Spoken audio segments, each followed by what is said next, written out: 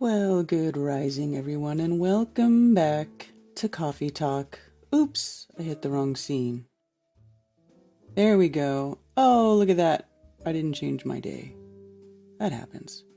Today, let me just adjust that. Today is February 13th, Moonday of 2023.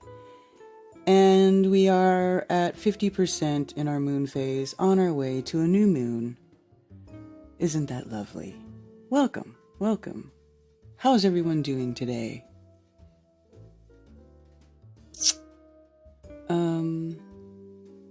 Run Boston Bear, Chris Sheeshpack.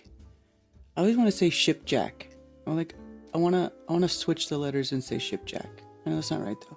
Chicago artist, Jay Kraft, Brian Stavely, Alpine Endeavor, Rune Dragon, Ted Summer, Mandy Lynn, Joe Poe, Long Island, New York. Hey, good to see you.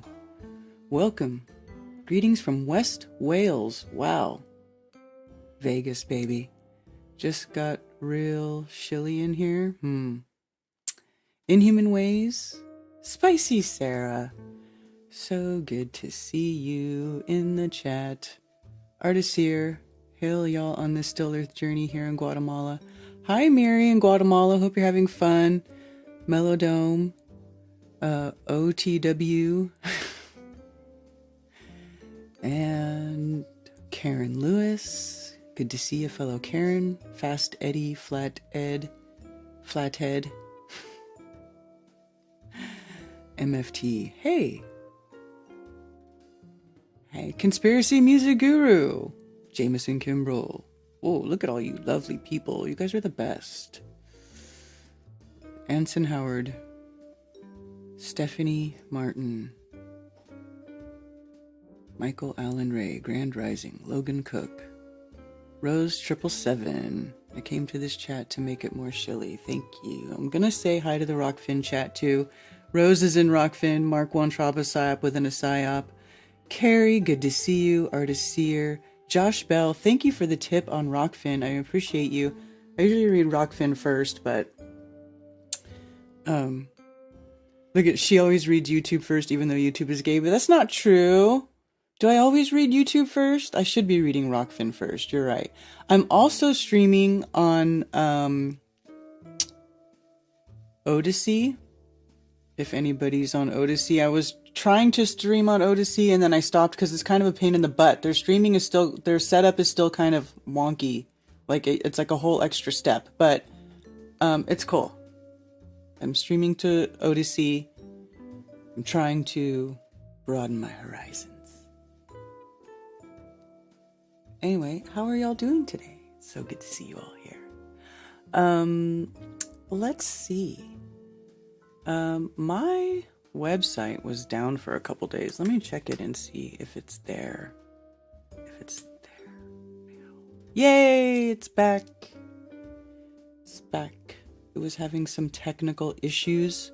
So, if you were going to my website and checking to see about meetups for the last couple of days, I'm sorry, it was down a little bit.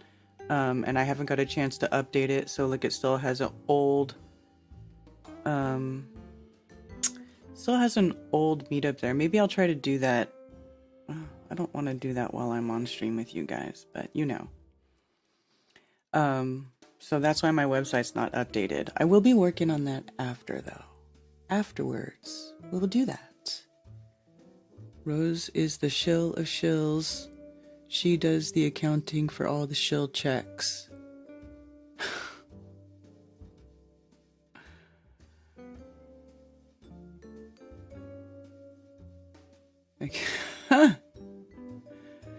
You guys are funny.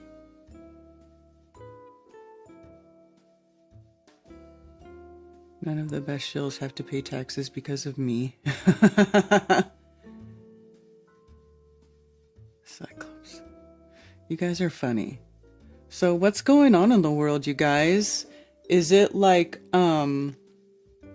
is it crazy with all the UFOs? that they're like putting out in the news? Why are the UFOs invading us now? It's like, just there's like, it just seems like they're trying to do a bunch of distractions, and then there's huge things going on with billions of dollars just like going missing. I mean, you know how it is. Whenever there's one of these emergencies or, you know, catastrophic events, let's say, or, you know, whatever you want to call what's been going on the last 3 years. I mean, there's always, it's some sort of fraud going on, some sort of mass redistribution of wealth. Like, we know that, you know, that they just print the money out of thin air, but it does have an effect, right? They do it for a reason. They're just not printing trillions of dollars for no reason. They're doing it because they're trying to create a massive redistribution of wealth. They're trying to create a bigger gap between the haves and the have-nots, right? So, that's what they're doing. And so now it's like coming out. There's like, I was even watching some local news thing popped up in my feed because I started following local news stations, right? About how $3.5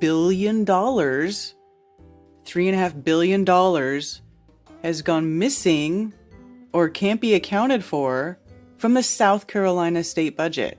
$3.5 billion for a state like South Carolina. I mean, I feel like that's a substantial amount of money. Like, we're talking about $3.5 billion. I remember when I was little, young, child, listening to the TV programming, whenever they talked about missing money, it would be like in the millions, right? Millions. Maybe like 100 million would be like a lot. Dude, we're talking billions of dollars. States just losing billions of dollars. It's kind of crazy. So I feel like the aliens are just another distraction, right?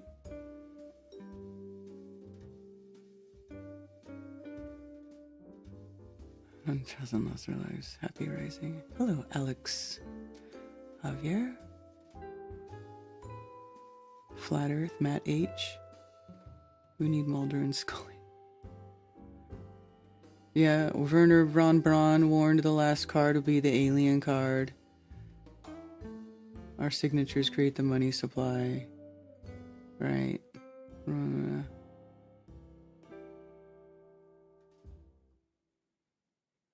Since I've been blamed for actually creating the fake planes.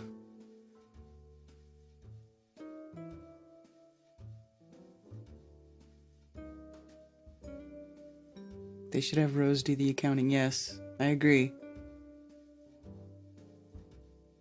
I watched a video interview of a crackhead who gave birth all by herself on Skid Row. And she talked about how because she didn't cut the cord and was all alone, it was so much better than the hospital. That's so crazy, Rose. How funny. She says they have a psychic connection.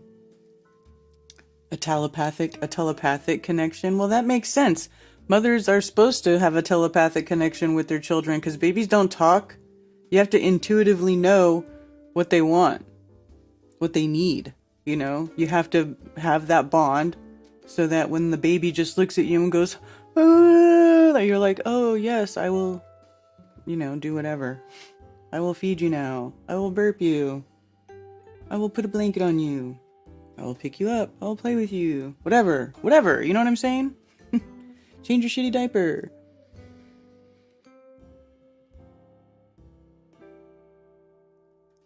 Yeah.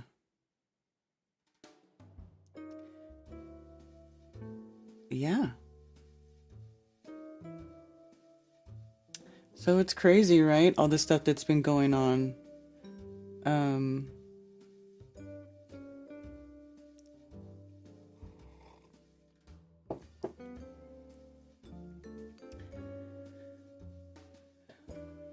So I guess Mark sent me this. I thought I could play it for y'all. That's what they want. There's like a redux of the Jersey Shore show, I guess. And they talk about flat Earth. Wait, come on. Don't make me go and watch all that stupid first part. Does it start at 33 seconds talking about flat Earth? That would be hilarious. Come on.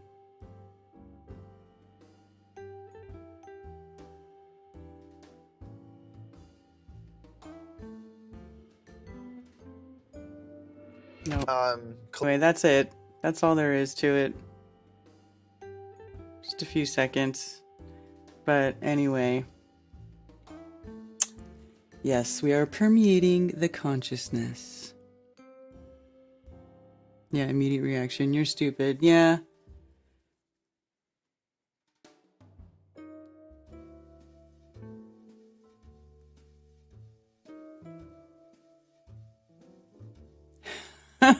Yeah.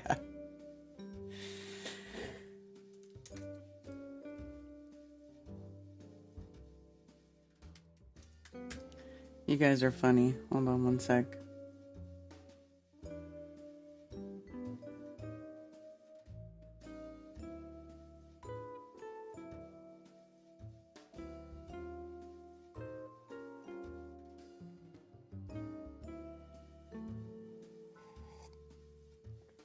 Kirby just can't find it.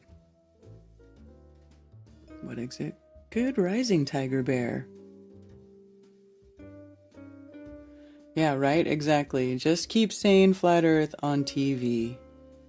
That's all you got to do. Right? Because we just need to seep into their consciousness. People need to start asking questions. And it needs to be okay to talk about it. Hello, Andrew on Rockfin. See you over there. And it needs to be okay to talk about it, right? Like, it needs to get to the point where it's not automatically you're stupid. It's like, you know, eventually, I mean, think about it. It's like the reverse of what they did to program everybody into believing that Earth was a ball in space, right? Like, and it took them so long to do it. Think about that. It took them a long time to do it. Why? Because it doesn't make any damn sense. It's like the dumbest story ever. And so it took them a long time to convince people that Earth was a ball, and eventually people fell for it. They dumbed people down enough that they fell for it. So we just have to do that in reverse. But I think it will go much faster in reverse because we're telling people the truth and they were pushing a lie. You know? Well, I say that, and then of course, right, what pops into my head, it's easier to fool people than it is to convince them that they have been fooled, right? So maybe I'm wrong. But you know, we got to do it. We got to start somewhere. And, you know, part of that is through education of our young ones. Don't let your children grow up without learning about the geocentric stationary Earth. At least both sides, you know? I mean, I teach my children both. Well, they already knew the globe. It's like you can not really, you can't avoid the globe. I mean, it's like it's always there. You can't really avoid it. I mean, you would have to work. You'd have to be off-grid, offline, and like have no contact with people for the most part just to avoid the globe. But you know what I'm saying?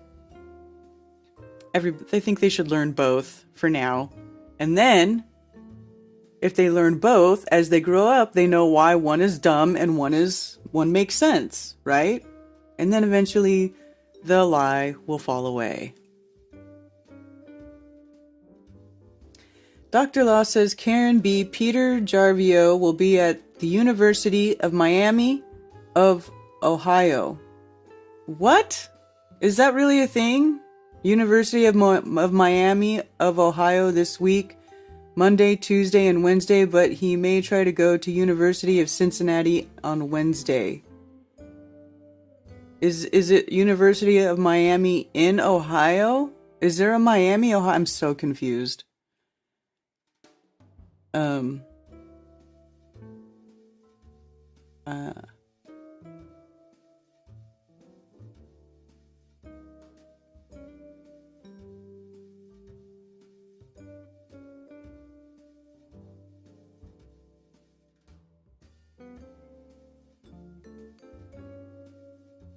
I love avocado oil, bros. I love it.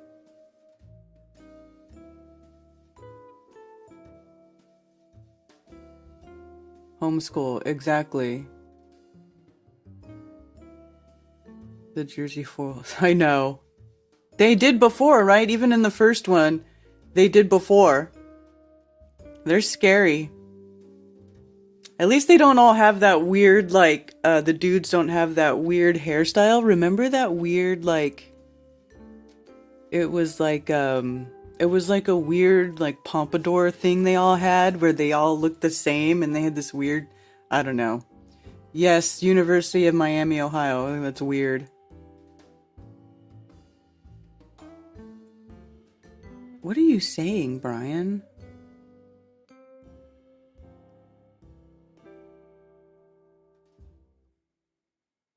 The last modern-day debate with Witsit was painful to watch. Personal attacks and blinders fully engaged on the Globe side. Nothing new, yeah.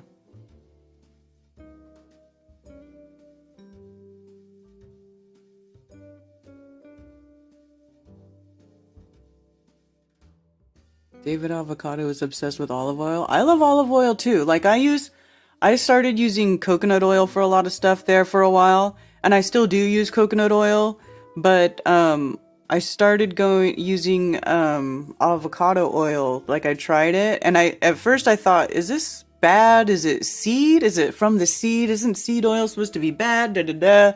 And then I read it's like they just squeeze actual avocados. It's the oil. It's like cold pressed avocado oil. It's kind of like how they do with the olives, where like they just squeeze the olives and then they harvest the oil from the olive, and they don't have to, it's just cold pressed. You just squeeze it out.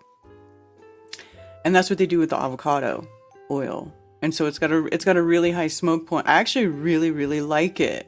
I like it a lot. I think I'm going to start using it more. The avocado oil is the bomb. TheVintageOlive.com. Use code 777 for a discount.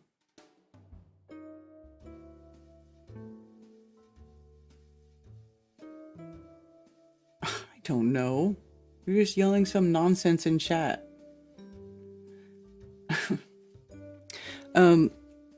March 12th meetup at Drayton Mills Marketplace in Spartanburg, South Carolina.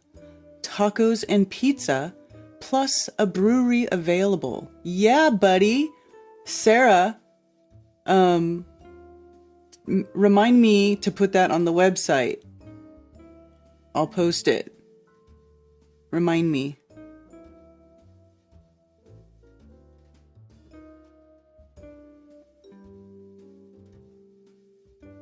Lots of fake oil out there. Well, that's why I kind of am like, I don't know about olive oil, using olive oil so much, because it seems like the olive oil is not really olive oil.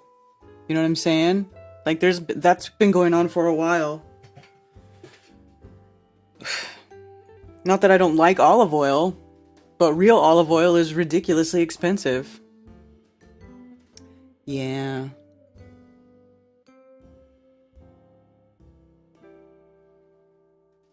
Thunder Chicken says, I like avocado oil because of its omega-3-6 ratios, bonds with cannabis, great for a medicated stir fry. Let thy food be thy medicine. Oh, interesting. Very nice. Well, I wonder if, we'll start seeing some grounded extracts with, avocado oil and cannabis. That sounds like a yummy,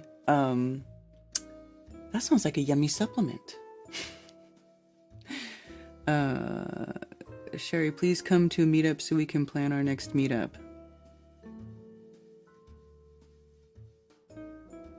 Sherry Ives.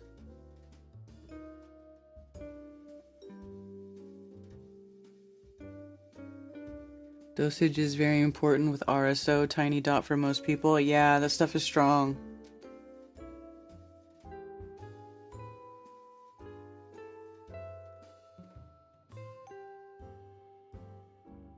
Solvent-free expeller pressed oil is all good. That's right, G. I was talking about the infused avocados. That's what fucked up Jason's friend the other night. The infused avocado oil. Oh. Oops.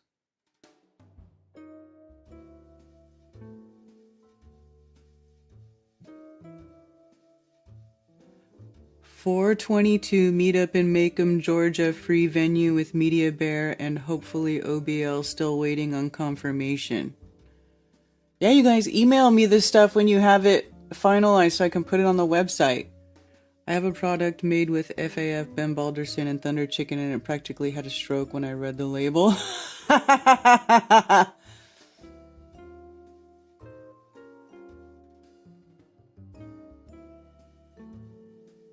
only use cold-pressed flaxseed oil as recommended for Gerson therapy. Huh.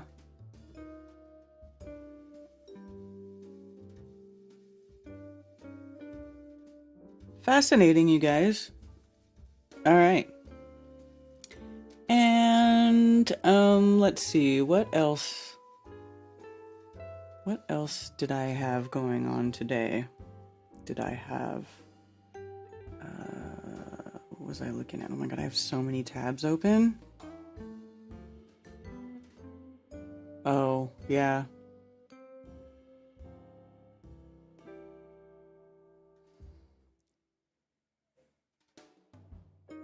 Our next mission, oh, look at this. NASA just tweeted. Our next mission to the space station is only a couple weeks away. Crew 6 is scheduled to lift off from Kennedy Sunday, February 26th. And if you can't watch the launch in person, there are plenty of ways to join online. Yeah, great. Whoop, whoop-a-dee-doo. Whoop, whoop-a-dee-doo. 3 identified objects have been taken down since the Chinese balloon was shot down off the coast of South Carolina. Yeah, so everybody's all freaking out about the UFOs that they're saying they shot down. They still don't tell us anything about it. They say they confirmed to shoot it. They confirmed that they shot it down, but they don't. Do you think they're going to tell us anything about it? What do you think they're going to say about whatever they shot down? What kind of nonsense do you think they're going to come up with? This is just I know it's a distraction, but it's still funny. It is kind of funny.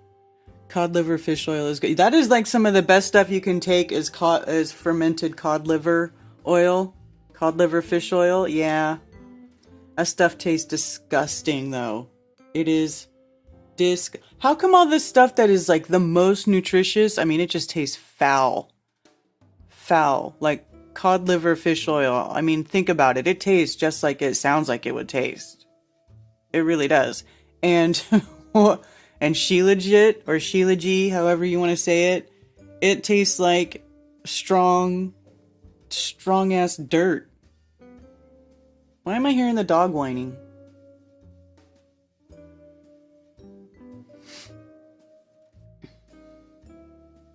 China doesn't have to spy, they own the farmland. Exactly. That's what I'm saying. Why would there have to be some Chinese spy balloon? They don't need a spy balloon. It's stupid. It's so stupid.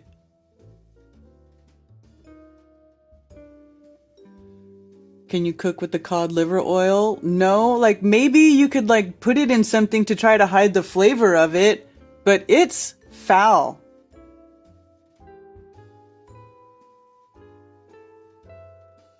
Yeah, the aliens are coming.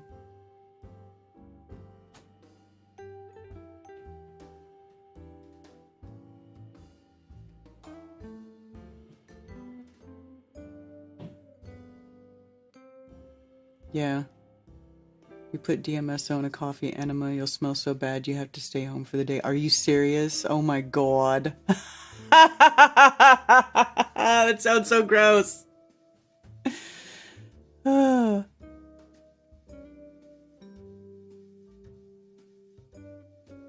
Yeah, I know.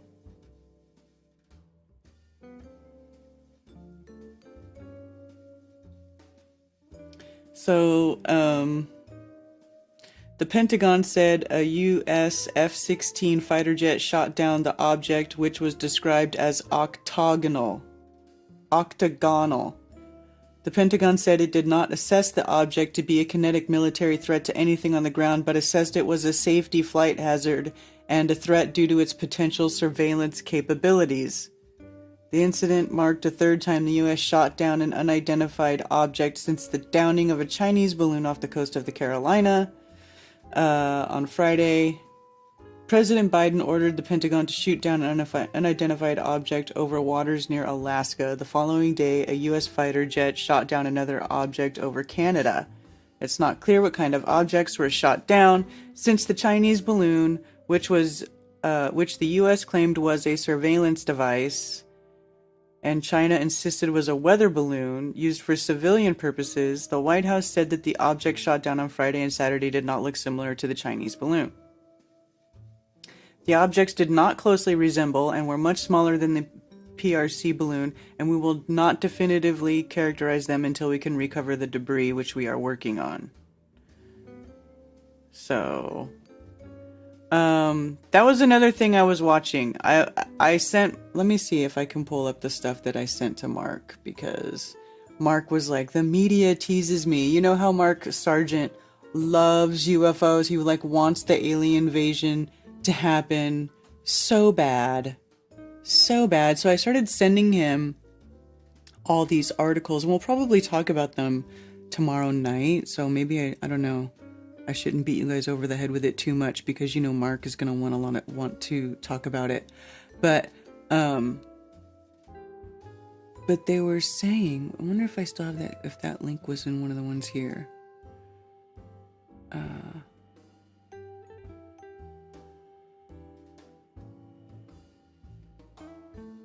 No.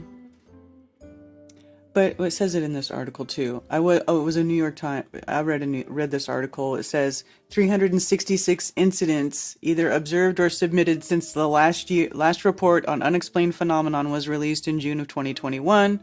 Of the 366 incidents, 163 were found to be balloons, 26 were drones, and 6 more were airborne clutter or birds. The other 171 incidents have not yet been attributed.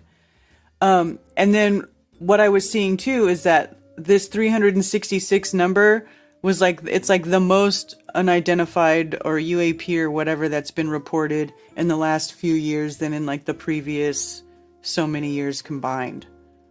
So it really does seem like they're trying to push this whole UFO unknown, flying object narrative, possible fake alien invasion. Oh my god, Remy won't stop whining because Ted left without him. The panic that ensued due to the Chinese balloon and pressure President Biden came under for not shooting it down right away seems to be the trigger for the U.S. military to start shooting down frequently spotted UFOs. So now they're just going to shoot down everything no matter what? Man, you better be careful if you're like one of them people who likes to like fly your own personal craft. Panic is also being used by members of Congress to justify more hawkish posture towards Beijing. See, they just want to start a hot war. They like want to, set themselves up in the public's eye for having the approval to go to war, and just because war, they get more rich get richer, poor people die. That's what they do. They suck. Anyway. I do have my phones open. The number is 848-222-2480. Hi, Ashley Knob on Rockfin.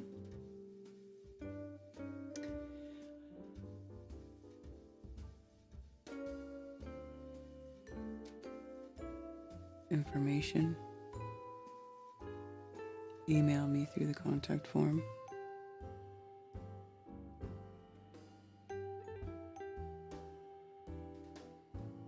Mm-hmm.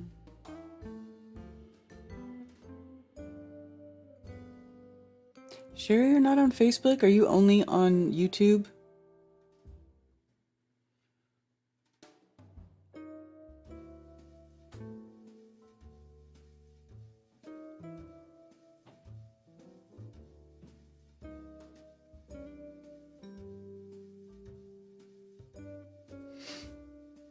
There's a lot of things that treat cancer.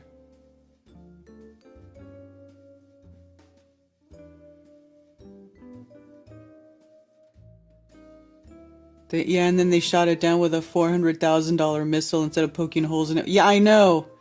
I can't believe they used a freaking missile to shoot that thing down. That was stupid, huh? Raw garlic.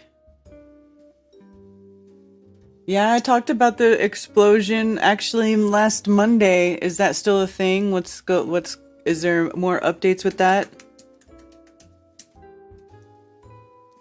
The one that happened in East Palestine? Here we go. The Environmental Protection Agency published a full list of toxic chemicals that were released when a cargo train derailed near the border between Ohio and Pennsylvania on February 3rd.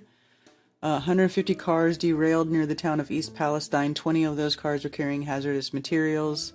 The derailment caused a huge fire and fearing a massive explosion that would release noxious gases and shrapnel into the surrounding area. Emergency responders intentionally breached 5 cars to let the chemicals inside.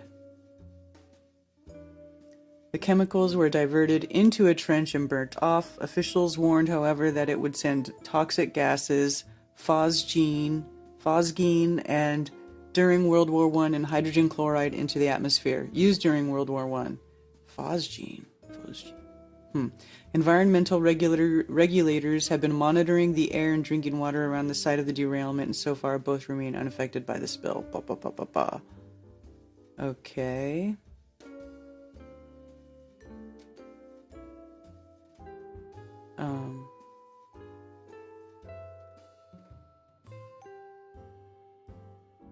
Controlled burn, blah blah blah. What are we looking for?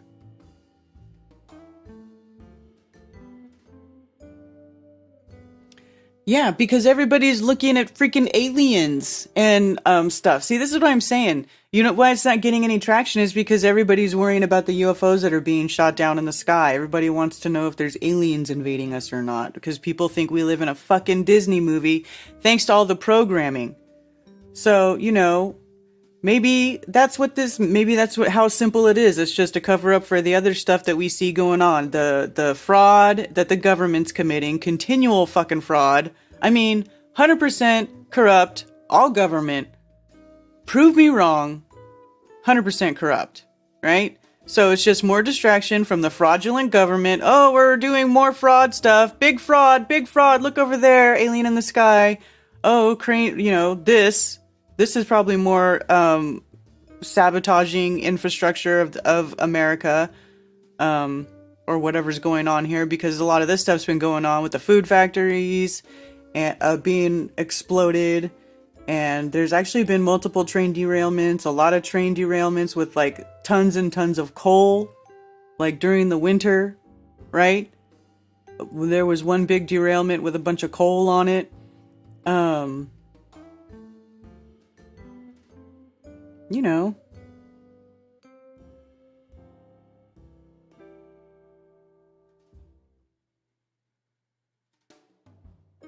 Yeah, the timing of the Chinese balloon was exactly overlapped with the train, right?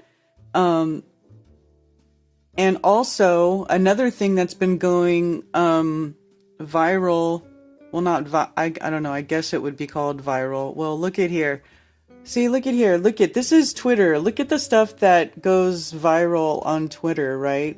So here, vinyl chloride, which is, I think that is what was in the train, right? So that's trending. Vaccine genocide.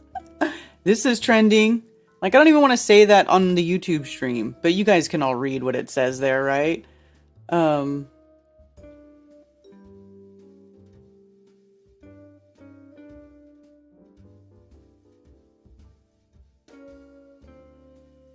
So let's look. This is about that train. The fact that we are not seeing a lot of media coverage on the vinyl chloride train derailment and explosion in Palestine, Ohio is crazy. An entire town was evacuated. Fish and livestock are dying. This is a true environmental disaster. Oh, good. Yuck. Look at that.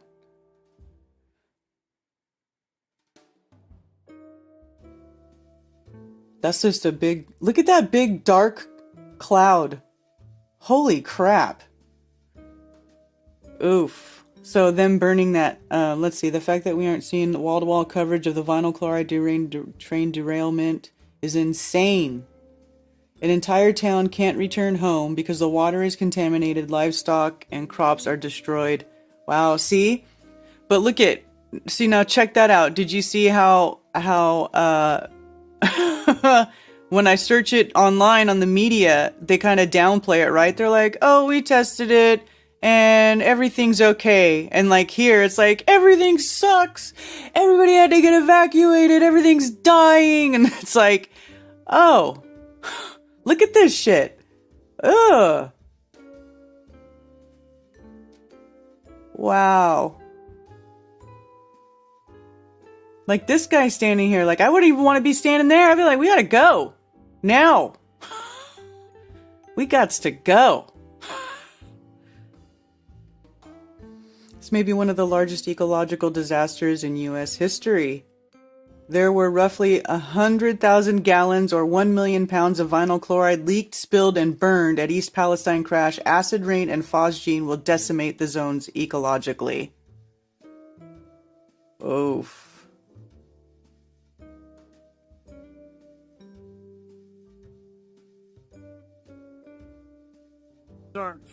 These aren't storm clouds. These aren't storm clouds. This is the fucking shit that they burn off, the fucking shit they burn off in East Palestine. This is not fucking storm clouds. Look at it. This is over Darlington.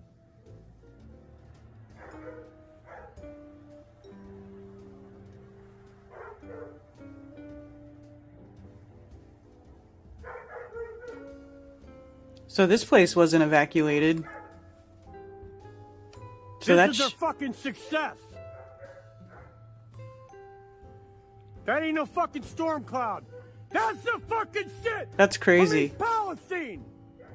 They're fucking controlled burn. Oof.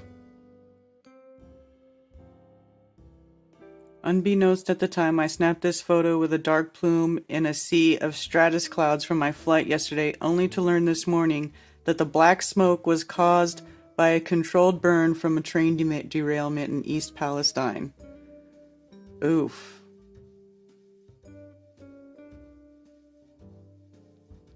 Look at that nastiness, like bubbling up from underneath. Oh my gosh. Wow, dude. That's gnarly. Well, chem student here, taking a quick look at actual chemical that's been spilled, vinyl chloride, and what happens to it when it's burned raises a shit ton of alarms, and this event most certainly not going to be safe for a while. Dude, I hope that shit don't come over here.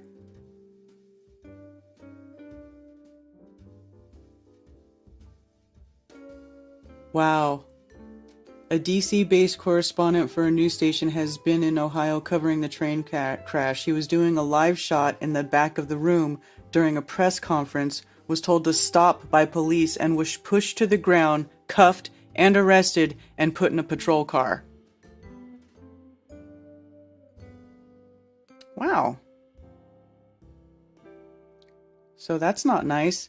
Officials conducted a controlled release of vinyl chloride from 5 train cars after a derailment in East Palestine, Ohio, in order to prevent an explosion, but residents still don't know when it will be safe for them to return to their homes. Wow. I sincerely hope this stuff does not come over here.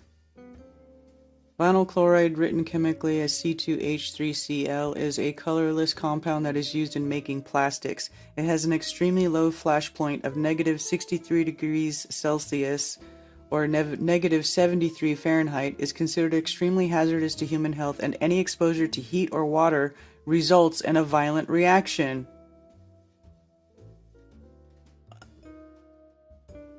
What? So they just released it into the sky, into our atmosphere, which, by the way, do you guys know that the most plentiful substance in our atmosphere is water? Water? Or it's like the third? I forget, is it the first or the third? I can't remember. It's like nitrogen, oxygen, and then water. So they put a bunch of water, put this crap up in the sky where there's a bunch of water. That's great. And then they set it on fire. Well, maybe if they set it on fire, so that's a violent reaction. So what's the reaction? What does it turn into after you burn it with fire? Elaborating on its danger to human and animal life, vinyl chloride is also highly carcinogenic. While the legal limit for exposure is 5 parts per million within an 8-hour workday, it poses a significant risk of developing cancers under any level of exposure. Oh, great! So everybody's gonna get cancer from that shit. In addition to cancers, it also induces dizziness, nausea, visual disturbances, extreme headaches, and ataxia at 4,000 parts per million. Exposure above 12,000 parts per million exposure can bring about cardiac arrhythmia, RADS, and fatal respiratory failure. But the worst shit happens when it catches fire. When vinyl chloride undergoes combustion, it's always a violent process, but when it's over, it decomposes into carbon monoxide, carbon dioxide, hydrogen chloride, and phosgene. This is what I was wondering. What's the black shit in the air? So that's what it is, the phosgene. And the last two that are the worrying parts, hydrogen chloride and phosgene. The last two are the worrying parts, and why this is most definitely still dangerous. Hydrogen chloride, a gas which upon contact with water vapors in the air turns into hydrochloric acid. It has a pH of 1.1, meaning exposure to it will corrode tissue. Even short exposure can lead to blindness, severe burns in mouth, throat, and stomach damage. Jesus. Phosgene, COCl2, is a gas that kind of smells like hay. Historically, it's been used by armies in World War I and II as a poison gas. It's dangerous to humans at 2 parts per million of exposure and is primarily known for causing pulmonary edemas, hypoxia, and in high exposure death after 2 to 3 days. Jesus Christ, you guys? Smells like musty hay, phosgene. Okay. Or green corn, lung irritant, causes increased dopey feeling, colorless gas. Yikes, you guys. Yeek.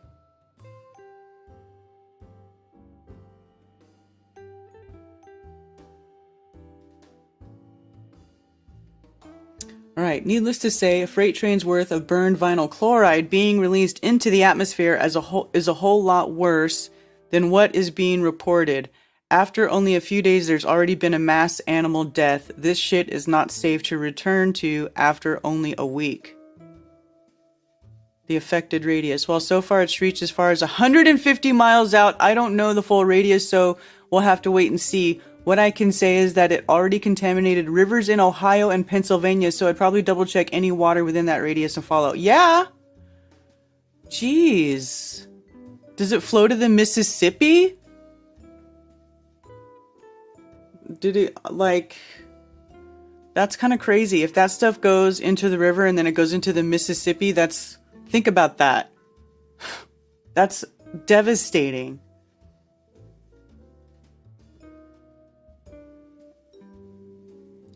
From your insight, would not burning it be a better overall solution, or how would you have handled it? No, burning it was possibly the worst thing they could have done. While vinyl chloride on its own is bad, it's all in one area and could be isolated. Burning it made a cloud of extremely corrosive acid and military-grade poison gas that can spread hundreds of miles from the site. So who decided to burn that shit? Okay, well, here's this guy saying it's not true. I'm sorry, but that's not true. Ask anyone who deals with chemical waste spills or hazmat, and they will tell you that burning it was by far the best option. There's protocol for these kinds of things that have been developed by actual experts, not students. Well, I don't know.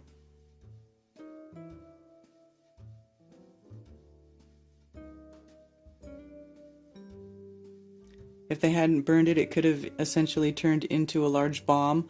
Well, what's the difference? Here's what oh, okay, so I get it. So they did it to prevent it from blowing up the tanker cars, which would have sent the shrapnel flying. So I think all they did was try to avoid shrapnel.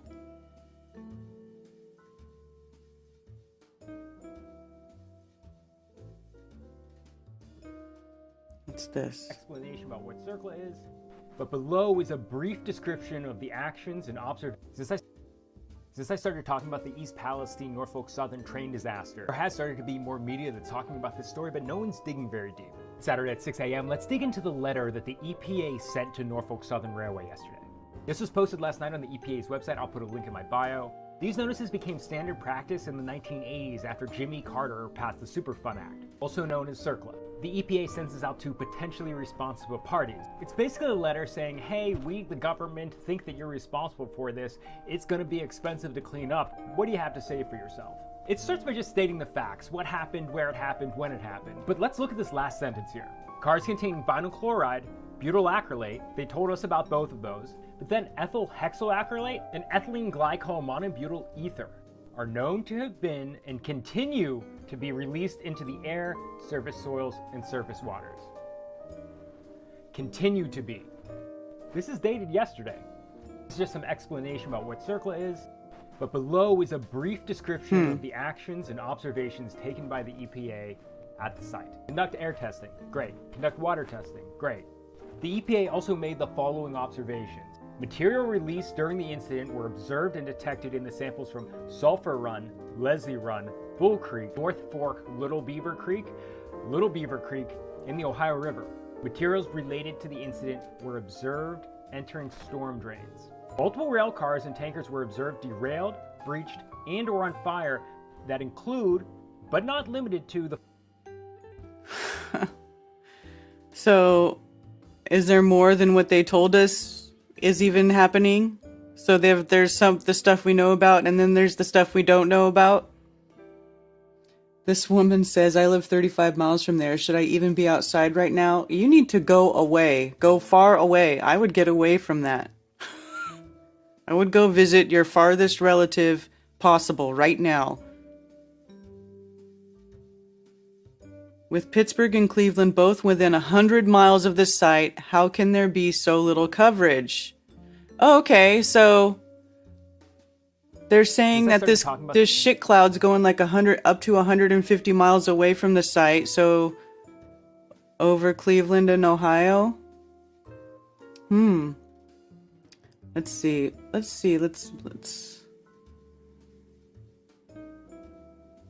What else we're looking at here?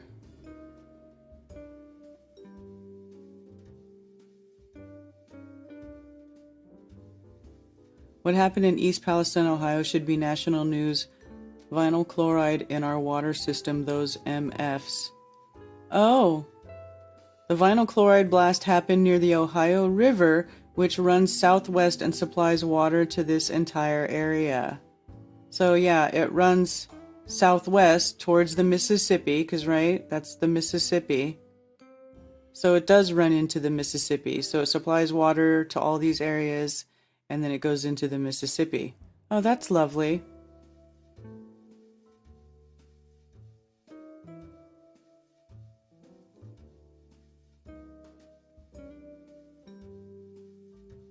So there's East Palestine in the wind direction, and look at it's just being carried over all these areas. Oof. That's nuts.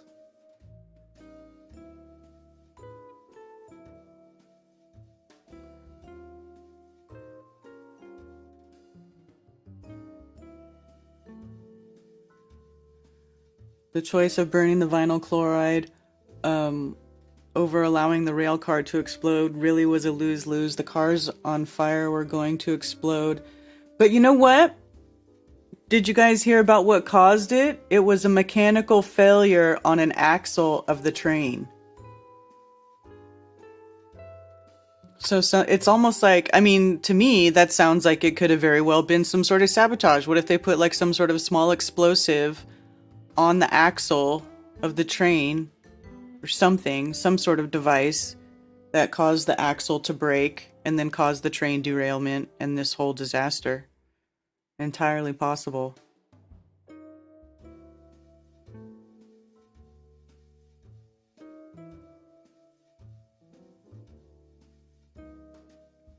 Norfolk Southern and Ohio governor need to come clean with the true impact here. The byproduct of vinyl chloride, when mixed with water, including H2O vapor, is hydrochloric acid, acid rain. This will be very concentrated. Residents have with lung brain lesions for sure in the future. That's scary.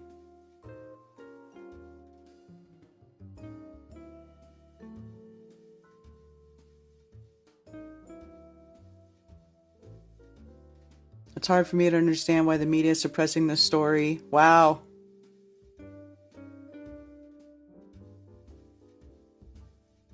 Three additional chemicals discovered on East Palestine train derailment. Now, here's my question. Why would they put, like, every bad thing known to man all on one freaking train? Like, why is all of this crap on one train together? Is it like the toxic train?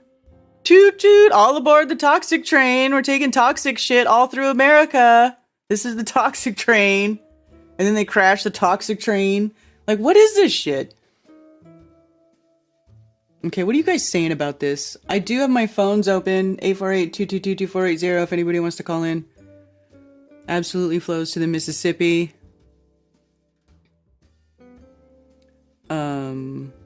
Are these alleged balloons even real? Haven't seen much on them. Great. No.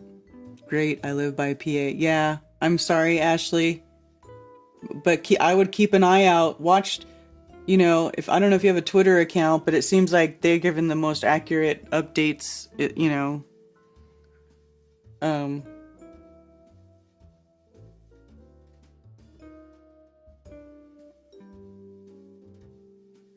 He says testing continues. So the U.S. Environmental Protection Agency sent a letter to Norfolk Southern saying ethylene glycol monobutyl ether. So this is what that guy in that video was just talking about. A carcinogen, and contact with it can cause burning and irritation in the skin and eyes. Breathing it can irritate the nose and throat, and coughing and shortness of breath. Isobutylene is also known to cause dizziness and drowsiness when inhaled. Yikes. I was surprised when they quickly told people they can go back home, but then said if they feel like they want their homes tested, they can have them tested. I would have rather they did all the testing. Right? And then you gotta wonder, is it even safe to go back to your home? Like, is all that residue now settled? Like, after everything goes away and all that residue settles there, then how do you clean it up? How do you go back and, like, live in that? You know what I'm saying? I mean, I would feel like there'd be, like, that chemical dust over everything now. I don't know. How would you even go back to that?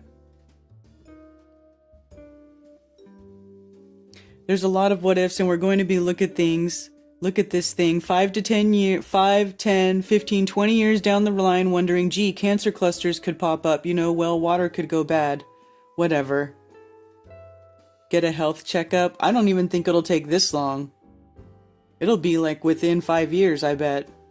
There was, I mean, what they're saying, 2 parts per million. I mean, do you know how small 2 parts per million is? 2 parts per million is like Nothing. That's very little. Like, how do they even... Yeah, incompetence and corruption. Or an axle could have seized and brought about extreme heat. I mean, possibly, but... Typical thermite failure.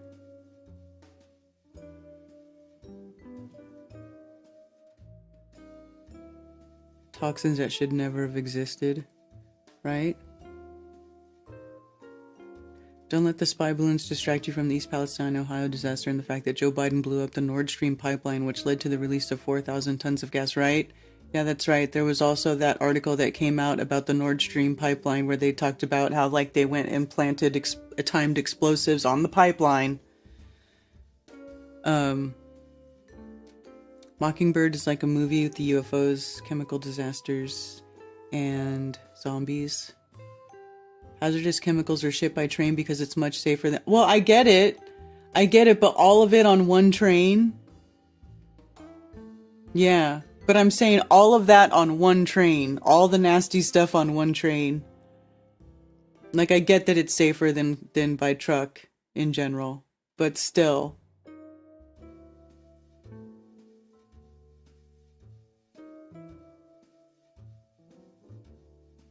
How about the fact that Brandon gave approval to rail corps to go much faster even through cities and towns? Did he?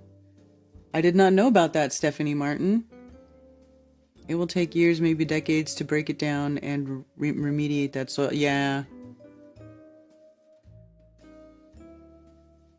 Yeah, South Carolina. I just realized I'm missing $3,500 million. Oops, yeah, exactly.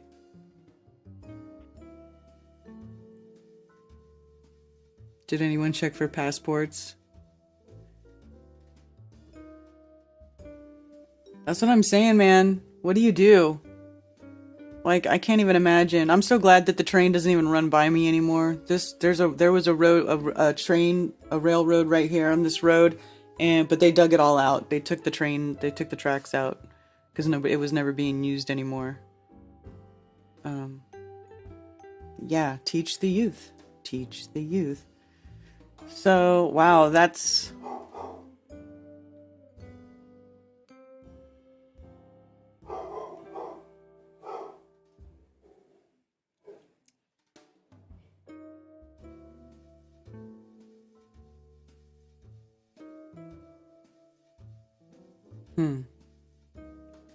So, back to...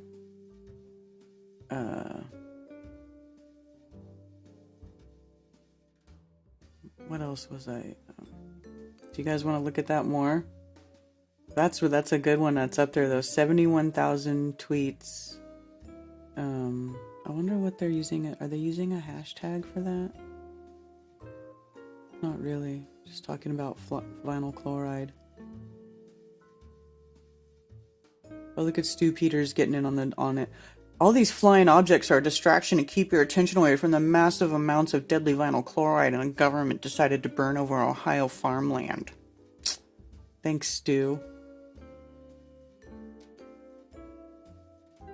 I guess I should be nicer to Stu because he talks to Dave about Flat Earth, but I don't like this guy because he pushed the fucking, watch the water, snake water, BS, pushing that fear porn, died suddenly, like, misdirection documentary. He's a tool. But I'll be happy if people wake up to Flat Earth because of Dave talking to him. I'll just say that. I'll be happy. I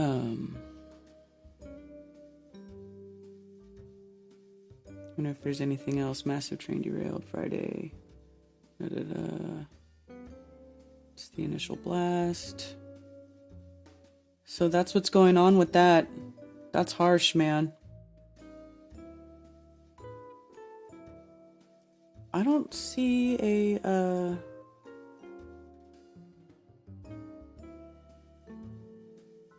they're not really hashtagging it, though. They're just talking about vinyl chloride.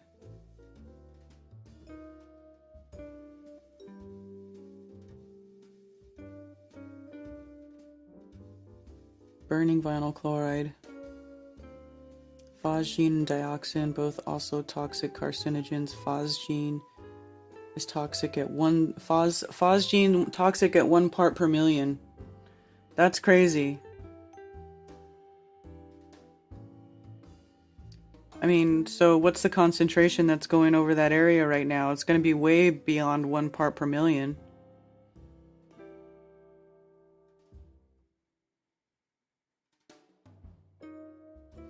Yep. The other thing, oh, I know what the other thing that's been going on too is the earthquake in Turkey. Right? Turkey. And whether or not that is like a HAARP-induced earthquake that's going on there. Let's look at some video. Don't need to hear the ominous music. It looks pretty terrible. But it's kind of crazy. Like if you ever look at, I don't know if you guys have been looking at video of Turkey that they've been showing, but man, that place is a mess. I mean, look at that. But they had 2 major earthquakes back to back, right? They were both over 7. It was like a 7.8 and a 7.1 earthquake that happened back to back. And they're saying like 30-something thousand people was the last death count I saw. Let's see, what is it up to, I wonder? Of the earth displacement in Turkey. What's this? Wow.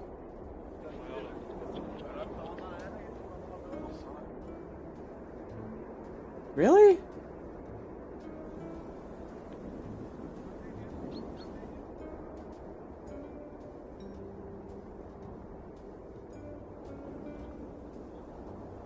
Trippy.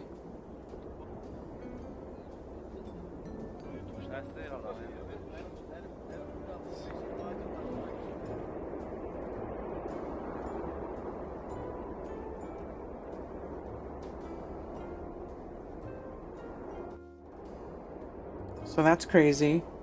I don't know if it was HAARP induced because that area is sort of notorious for having earthquakes, but remember that strange red cloud above Turkey a week before the earthquake? Well, here's another one spotted in southern Argentina.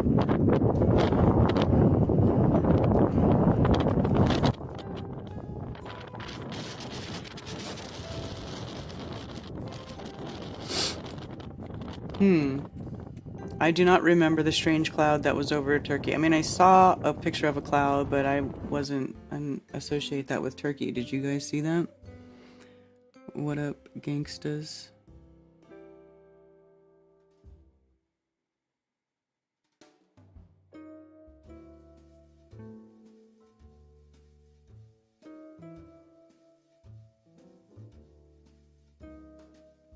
Man-made disaster?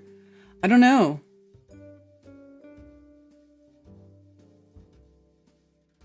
I feel like the one in Buffalo was connected to this one. Same day, strongest quake in 40 years. Don't remember earthquakes being a thing around here. Don't know.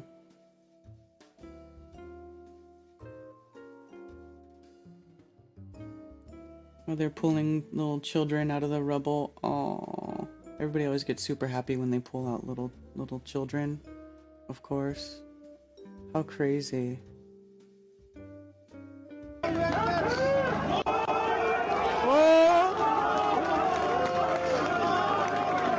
Evet arkadaşlar şu anda canlı çıkardık. Allah'ım sana çok şükür Allah'ım.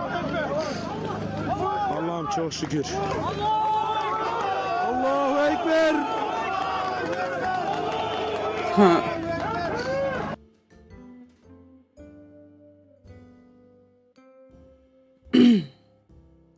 But what I was reading is that that Turkey, was it the Turkish government?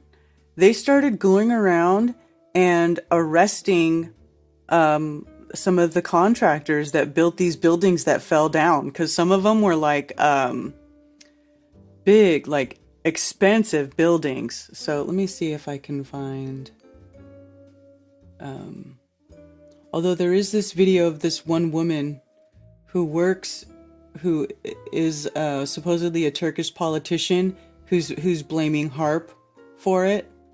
And I'll get to that. But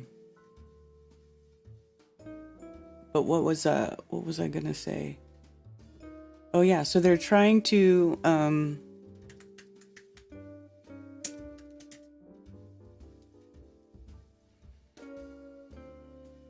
Turkey orders arrests over collapsed buildings and earthquake. Government vows meticulous probe into those responsible. Nearly 25,000 buildings collapsed or badly damaged. Opposition has accused government of not enforcing regulations. Erdogan says opposition lies to besmirch government. One developer arrested as he prepared to fly from Turkey. There was a guy who was like, right after this shit happened, like he was literally trying to get on a plane and leave. Which is very sus, right? That's super sus. Turkey vowed on Sunday to investigate thoroughly anyone suspected of responsibility for the collapse of buildings in the country's devastating earthquakes nearly 1 week ago, and has already ordered the detention of 113 suspects.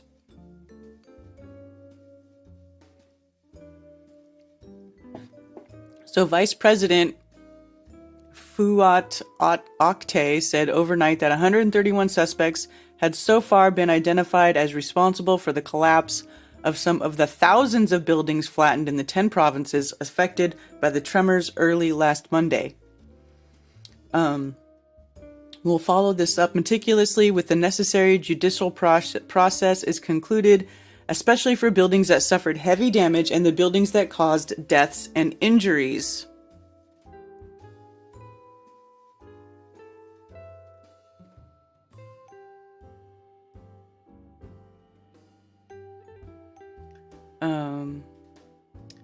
So 24,000, almost 25,000 buildings across the region. Death toll has exceeded 28,000. I wonder what the updated number is, because I saw them saying 33,000. This is the 12th, updated a day ago. So did they put the number down again? Because I was reading 33,000 before. So let's see. What are they saying now?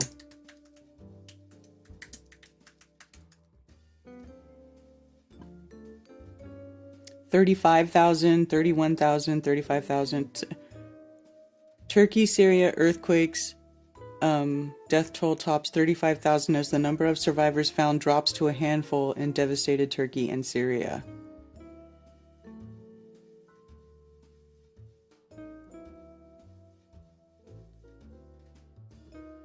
Can't believe they rescued somebody after they'd still pulling people out alive. It's been a week. That's crazy. An 11-year-old girl, that's the video I showed you. It was an 11-year-old. Aw. How sad. Crazy. At least they found her. Look at this. Wow. Look at, they just pancaked some of these buildings. But look at, some of them of these buildings are fine. Look at them. They're all, some of them even look okay. Like they're almost unmarked. And then others just completely flattened.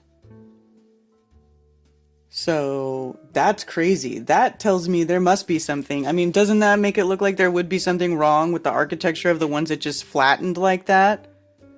And that they haven't been enforcing it? I was reading another article about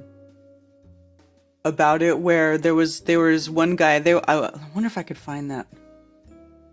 Let me see if I could find it.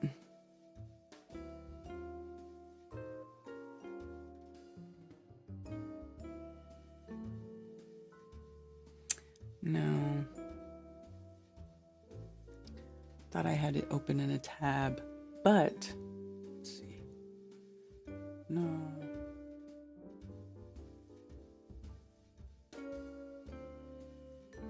No, I don't.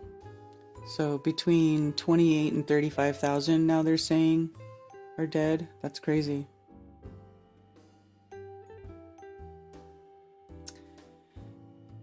Anyway.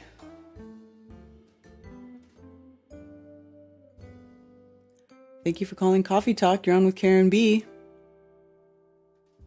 Good morning, Karen. Run Boston Bear. How are you?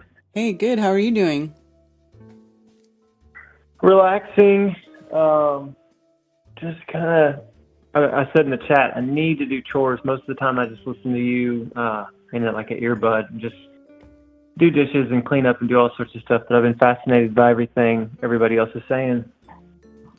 What are they saying? Did I miss anything good?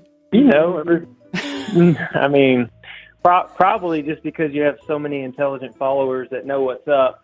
But nothing, you didn't miss anything major. It's just like fire. Everybody's bringing truth. Everybody's bringing hope, especially on the true earth side of things. It seems like on the globe side, it's just anxiety and they just get triggered and freaked out. It's like, man, we're all human. We're all people. We need to come together right now. Are they not watching the news? Are they not watching stuff that you're reading? You know, I know they don't watch your show, but how can you, hold on, baby. How can you not see the calamity like all around and just cling to the globe and think that that's your salvation? Yeah. I don't know.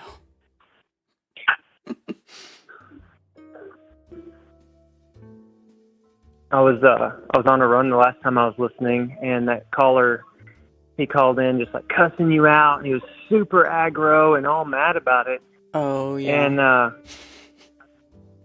and it just kind of like derailed the situation. But I think people are forgetting about the humanity component in all this, and the fact that we need to be preparing to support each other and love each other and be there for each other. And I don't know, sometimes I kind of get tired of the debate over the shape of the earth, even though I know it's stationary now. I know it's an extended plane, and I'll tell anybody that. I'll talk to anybody about it. But arguing about it, it's like, bro, we need to just move forward and get ready to, yeah, baby, we need to get ready to help each other out. Yeah, y'all can have any snacks you want for about 10 minutes. I'm on the phone. Let me go to my room. Mm-hmm. And, get healthy snacks. Sorry. I had a question. What do you think about this? Would it be weird if I just said a little prayer over this whole situation? And I'll tell you why I'm asking that. Because I think if the evil ones, if the evil people, the people at the top, or folks burning bad chemicals or setting out, all this crap, they might have a plan, but I believe that if the Creator doesn't want certain things to unfold, I believe chemicals can be, inert, or the plan can't happen, or it can be stopped with the power of prayer, hope, or faith.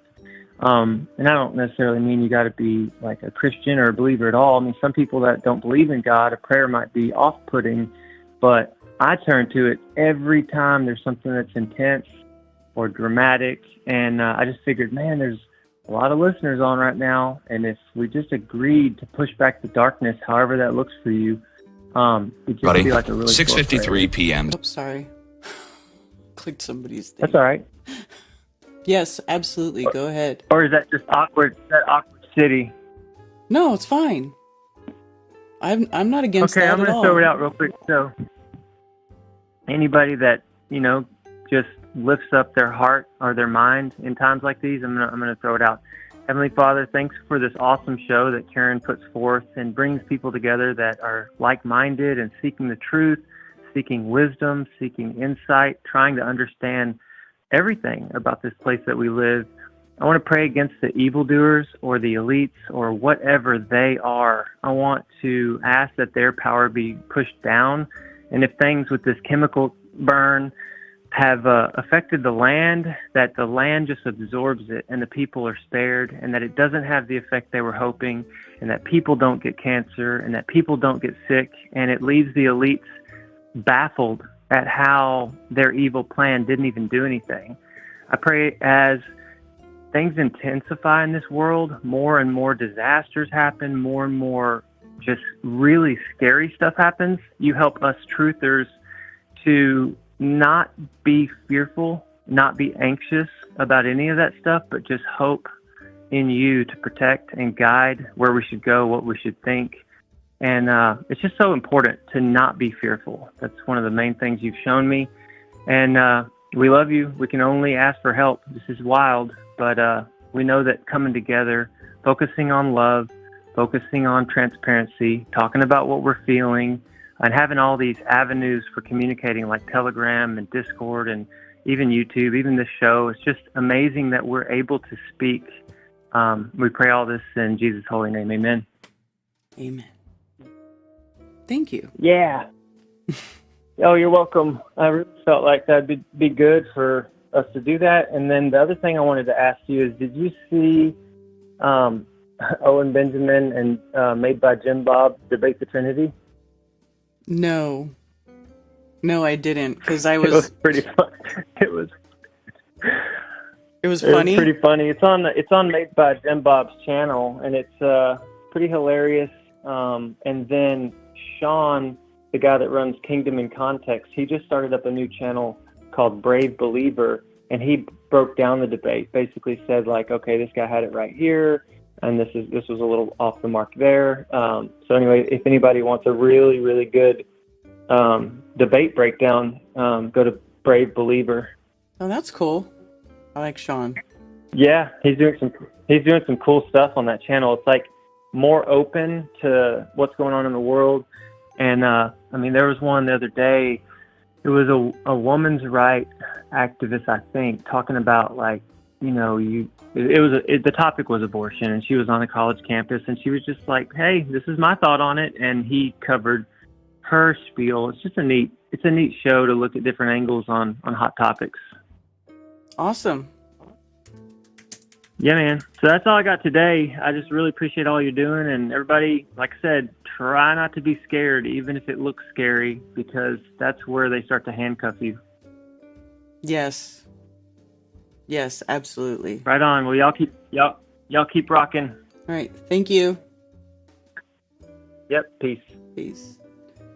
That's a very important reminder to not live in fear, and that even though like these bad things are happening, definitely not live in fear.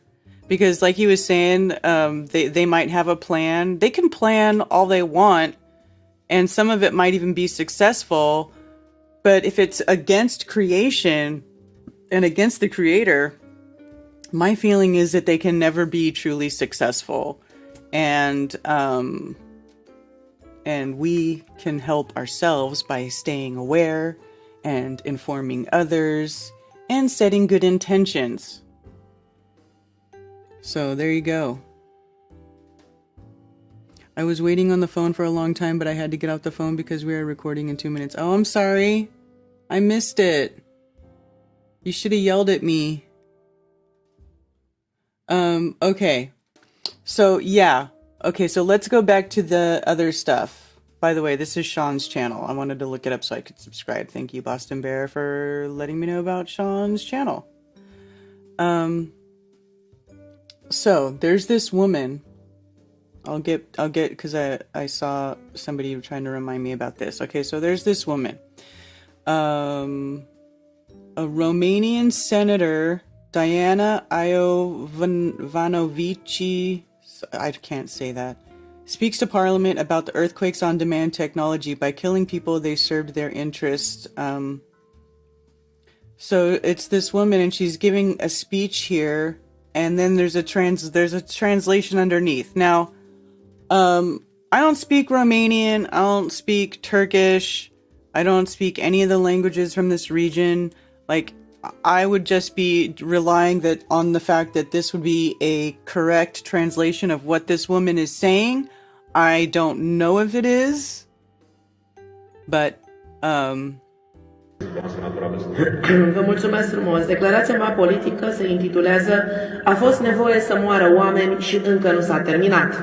Stimați colegi senatori, de 3 ani de zile trăim la nivel mondial o adevărată campanie de ucidere în masă, fie prin intermediul unor pretinse pandemii și nevoia iminentă de injectare cu vaccinuri netestate care omoară oameni, fie prin intermediul unor războaie care reduc numărul populației globului, dar repun pe alte făgașuri politica internațională, reașează deatașează polii de putere și modifică granițele. Până când am trăit să asistăm și la producerea de cutremure la comandă. În fapt, este un atac asupra Turciei din partea mai marilor lumii, cărora le-a displăcut total faptul că au fost puși la punct de Recep Tayyip Erdogan, președintele Turciei. Mai mult, poziția acestuia de neutralitate și mediator în războiul ucraineano-rus a deranjat profund, mai ales că Turcia este a doua mare putere din punct de vedere militar în cadrul NATO. Poziția sa de a bloca aderarea Suediei la NATO, dar și discursul său la Davos, mai ales precum și gestul de a pleca în mijlocul conferinței, sfidându-l pe Schwab, nu a rămas fără ecou în lumea dură și rece a conducătorilor lumii. Însă nimeni nu s-a gândit că va fi nevoie să moară oameni, atâția oameni și într-un mod atât de mișelesc, și este doar un avertisment, pentru că nu era zona cea mai populată a Turciei.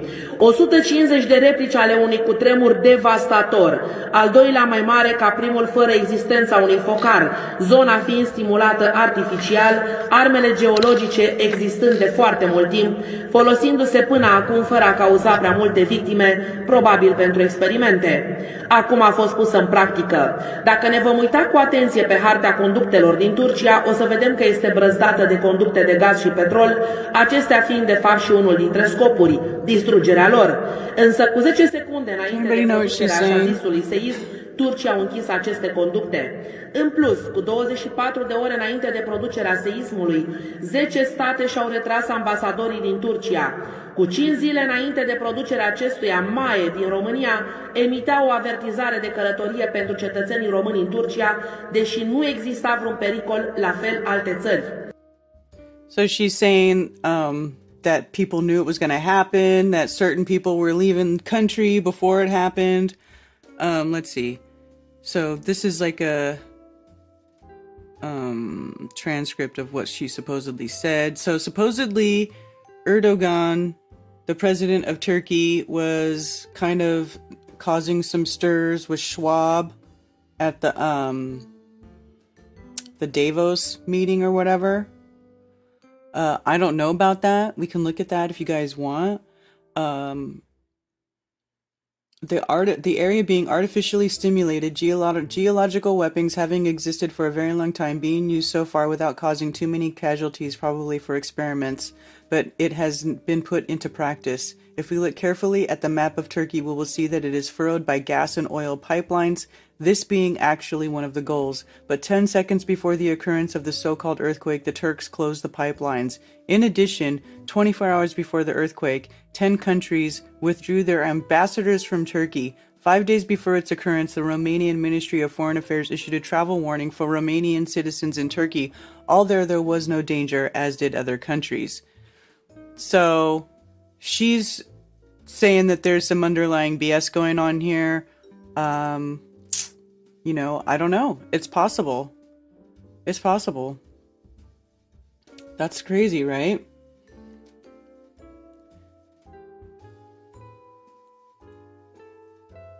Erdogan was about to leave NATO. No one has ever left NATO. Okay, so he's not happy.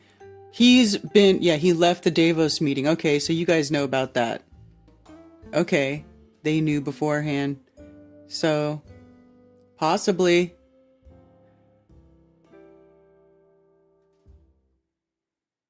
Yeah, hail, Ben. Good to see you. So, Erdogan, the president of Turkey, has been shaking things up, and so they shook him up. Is that what happened? I mean, that's a horrible joke. Lots of people died. It's crazy, the world we live in, to think about the possibility of the things that could be going on. Like, it's crazy. Let's see. I did search HARP on Twitter because they were talking about this before too. So this was in the sky. Now there's all this stuff coming. Oh, this was in the sky just before the Turkish earthquake. Is this another spiraling? Found similar vids from different stories. Sorry, what is this? Don't know. Let's look at that bigger though. There was one of these spirals seen over Hawaii, I think recently, wasn't there? Supposedly, like earlier this month. Something like this seen. Whoa. Trippy.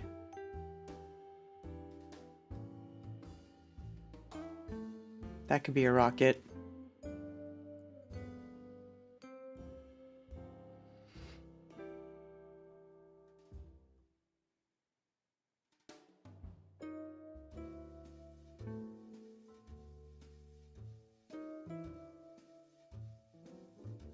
Yeah, I have that clip too. I brought it up. Hold on. Let me see.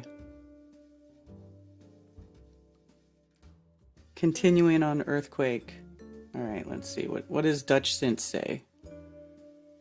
Central Time on the 6th of February 2023, and I was just flipping through Twitter looking at different views of the Turkey earthquake, and I caught some cars driving around looking at the damage, but I noticed it was heavy rain and hail as well as a lot of snow going on. And it prompted me to come over here and look at the Turkish radar to see, because, what the weather was, of course. And what we're looking at here are different Turkish radar stations put together into a composite feed, brought to us by AccuWeather, for instance. And maybe I should full screen this.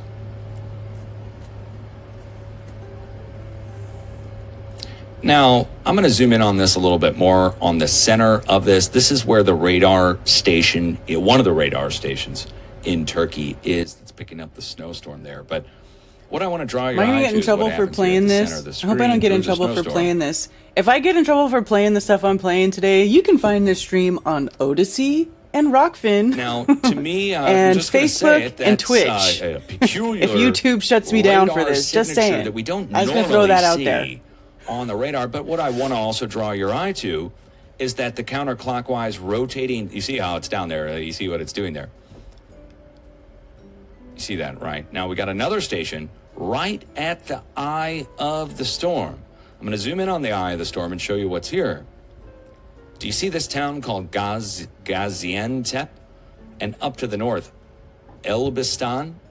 2 7.8 earthquakes have struck here today in the last several hours, about 12 hours, 20 hours. 2 different large earthquakes, 7.5 to 7.8, about 9 hours apart. Those earthquakes struck right here at the center of where this giant low pressure system is rotating over Turkey. Prompting me, when I saw the weather there, I just wanted to see what was on radar. I didn't know I was going to be catching this live as I am now, which is prompting me to hit record and to show you guys what's showing on their radar. One of their radar stations, or 2, just wait for it, at least 1 or 2 are putting off a very peculiar radar signature. Now, radar is in microwave usually, so whatever we're seeing here coming up through the snowstorm is rotating out and emanating out in pulses from the radar station itself. It's showing up in the storm precipitation. There's clear open areas that are, well, quote-unquote being vaporized, if you will. High-power microwave, not showing up. Yeah, Dutch Synth thinks he's on a globe. Look at that. He does. So it looks like ripples going out and spreading out from the radar stations. Now, what could cause this? Well, first of all, the rotating low pressure system over the earthquake epicenter cannot be ignored. This ties into what several researchers have talked about, including suspicious observers and many others, talking about how when storms, big low pressure systems, are over earthquake-prone locations, we tend to see a lot of the time, we see large. Yeah, you know what's funny is a lot of people will doubt that the weather is correlated with the earthquakes, but it is. And I grew up in San Francisco Bay Area, right? And I grew up feeling earthquakes like most of my life, like pretty much my entire young to young adult life. I felt earthquakes like all the time, and I was in the quake of '89. And you know where I lived, it was a place called Redwood City. And if you go look at Redwood City, if you look it up on Wikipedia, there's this little picture. It says climate best by government test, because the weather is so moderate there and so mild. Like I remember growing up, like our houses didn't have air conditioners because it never got that hot. And I hardly ever had to turn the heater, very rarely. Like it's a very moderate climate. And I very distinctly remember crazy looking clouds in the sky and weird stuff happening when we had earthquakes. And and in fact, in 1989, that big earthquake that hit San Francisco during the World Series, I was outside. I had been riding horses that day, and it was a nice day. And it got really cloudy and weird like that day, which is why I ended up bringing the horse in, and the horses were acting weird. And shortly after that, there was a massive earthquake. And we used to call it earthquake weather. Ooh, 11/11. Did you guys know that it's 11/11?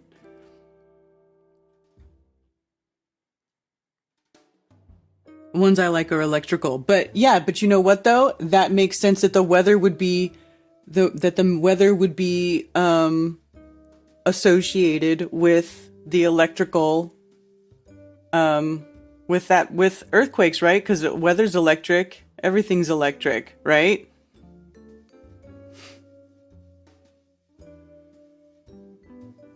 So it's almost like, Ben, actually, remember how you were talking about how those crystal batteries work? Remember that day when I started looking at the crystal batteries, and we were talking about it, how they work, and how like when they're fully charged up, the crystal stuff inside turns solid, and then as it loses its charge, it becomes liquid again.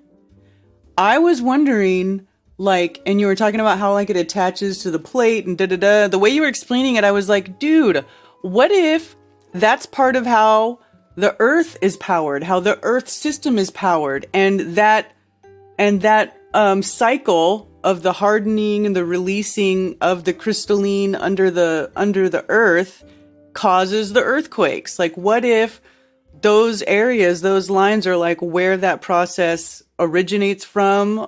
You know what I'm saying? Like, I don't know if that makes any fucking sense at all. But just in my head, it made enough sense to where it was worth mentioning. It could be totally wrong. It could be a dead end. It could be dumb. But it just made me wonder, like, what if that's part of it? You know? What if that's what's going on? I don't know. Just something to think about. And what are tornadoes?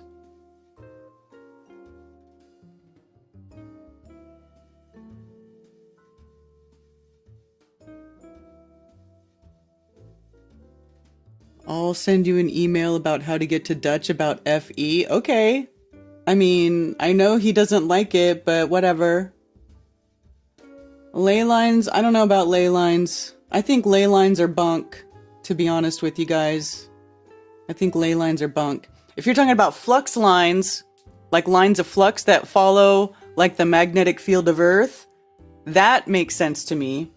Because if you look at the weather map, like, or the oceans, like any sort of map, and you overlay the magnetic declination map on top of it, you see a direct correlation. Like, let's look at, let's see. Let's see if I can bring it up right now. World map of tides. Images. Okay, so here. Let's look at this image. Map of global tides. Okay? So, and then down here is the little that tells you how high the tides are, right? 0 to 130 centimeters, I guess. But this is the tides, right? Global tide map. Okay? Now, look at this.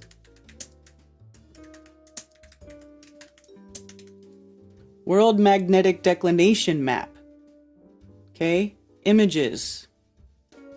Boom. View file. Okay? Look at these lines, these magnetic flux lines. Now look over here. Oh, whoops, wrong. Now look over here. See how they leave off the land? It kind of makes it hard to follow, but like say, okay, so right here, this is the side of Africa, right here on the left, right? Now look.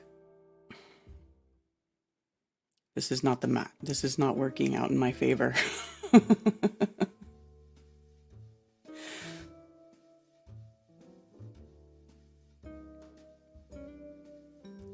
But the anomalies. So what? And then they're in different projections. So what am I looking at here? Okay, so here between South Africa and Africa, I need to find more. See, this is what they do. They make it so difficult.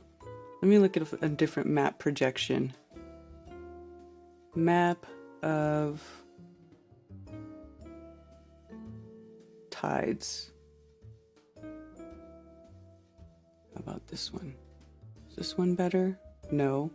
They split it at a different place. Oh, here we go. Is this a good one?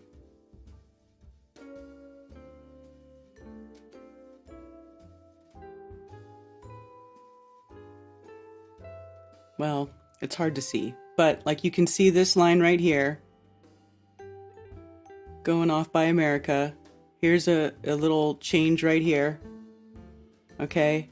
Look at this big spot between South America and Africa. Okay. South America and Africa has an anomaly going on, right? So, and then over here on this side by, what is that? Japan and Asia.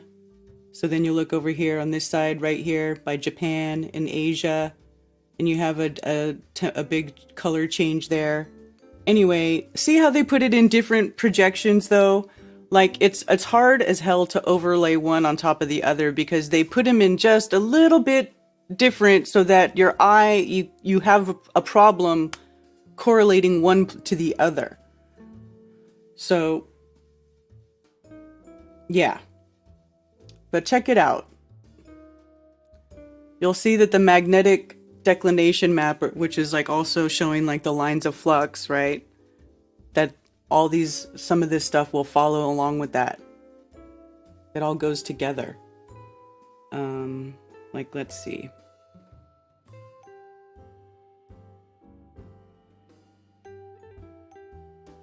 Right?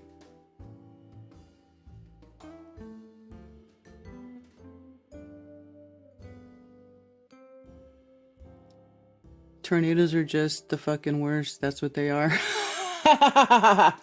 Yeah, no shit.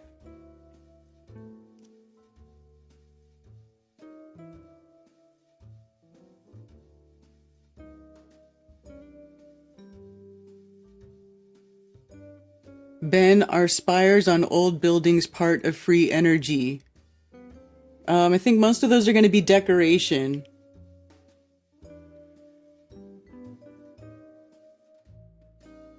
Brian, that's the theory, that the spire is the antenna and then Mercury in the belfry, which rectify the signal and make it usable. But has anybody shown that to be like the case? Has anybody seen it working? Show me the money.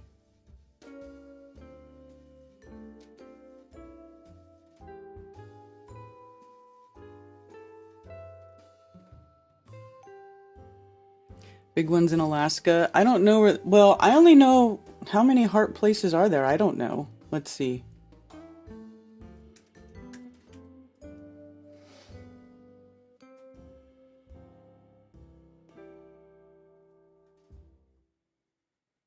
Popular Mechanics. Look at Popular Mechanics has an article on the Turkey.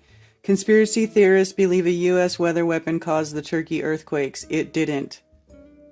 What's that thing that Mark Sargent says? If you have to write an article about it, saying it didn't happen, it probably did. You know what I'm saying? Like, is this one of those? No, it wasn't no, it didn't. Don't worry. Conspiracy theorists are blaming the U.S. Air Force's high-frequency active oral research program for an increase in natural disasters, especially the recent Turkey and Syria earthquakes. Leave it to conspiracy theorists to take a little understood technology and accuse it of high-level devastation. That's so funny. The latest conspiracy theory blames the United States Air Force high-frequency active oral research for the recent earthquakes in Turkey and Syria, but the greater mystery here may be just how the conspiracy theorists landed on a program that's designed to study the atmosphere, having an impact below ground. The Air Force Research Laboratory... See, here's the funny thing. So the program is designed to study the atmosphere having an impact below ground. Now, is it designed to study that, or is it designed to use the atmosphere to manipulate what is going on underground? I mean, it's so funny. This actually makes me think that that is what happened. Just the fact that they had to write an article that's saying that it didn't makes me think it did happen. An Air Force Research Laboratory owns the HARP Research Facility located near Gakona, Alaska, which is constructed in the 90s and is now operated by the University of Alaska Fairbanks.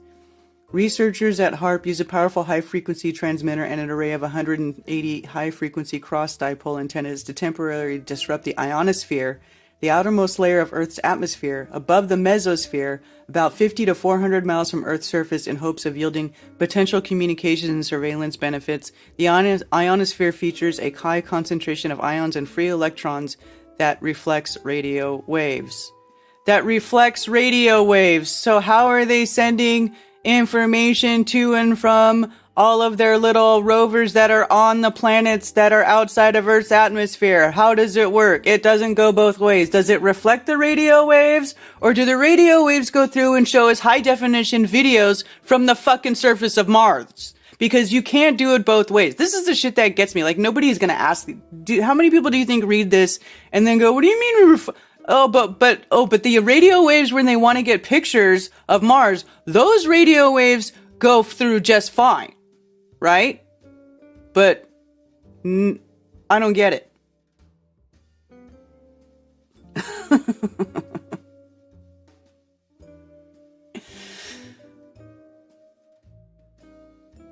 Radio signal, I think, carries more in the return flow, or as we typically call it, neural. So I'm the power side, so I'm just not sure.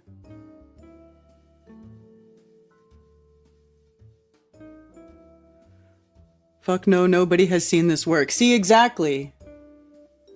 Can bricks store and conduct electricity?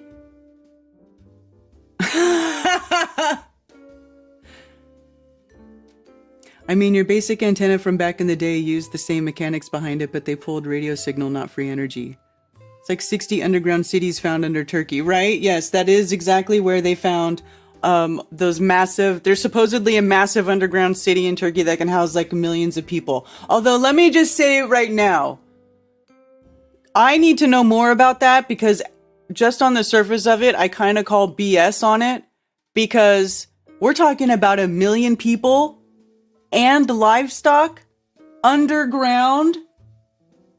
Do you know what the stench, the disgusting, the filth, the foulness?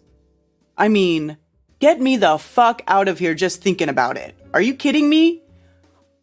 There has to be more. I need to know more about the ventilation, what sort of infrastructure they had in there to get rid of filth, because I don't believe that 1 million people would go living underground just for fun. Like, no.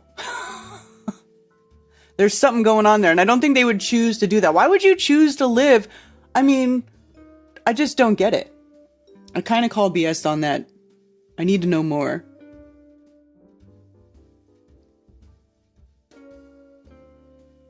There's Hopperay in Christchurch, New Zealand.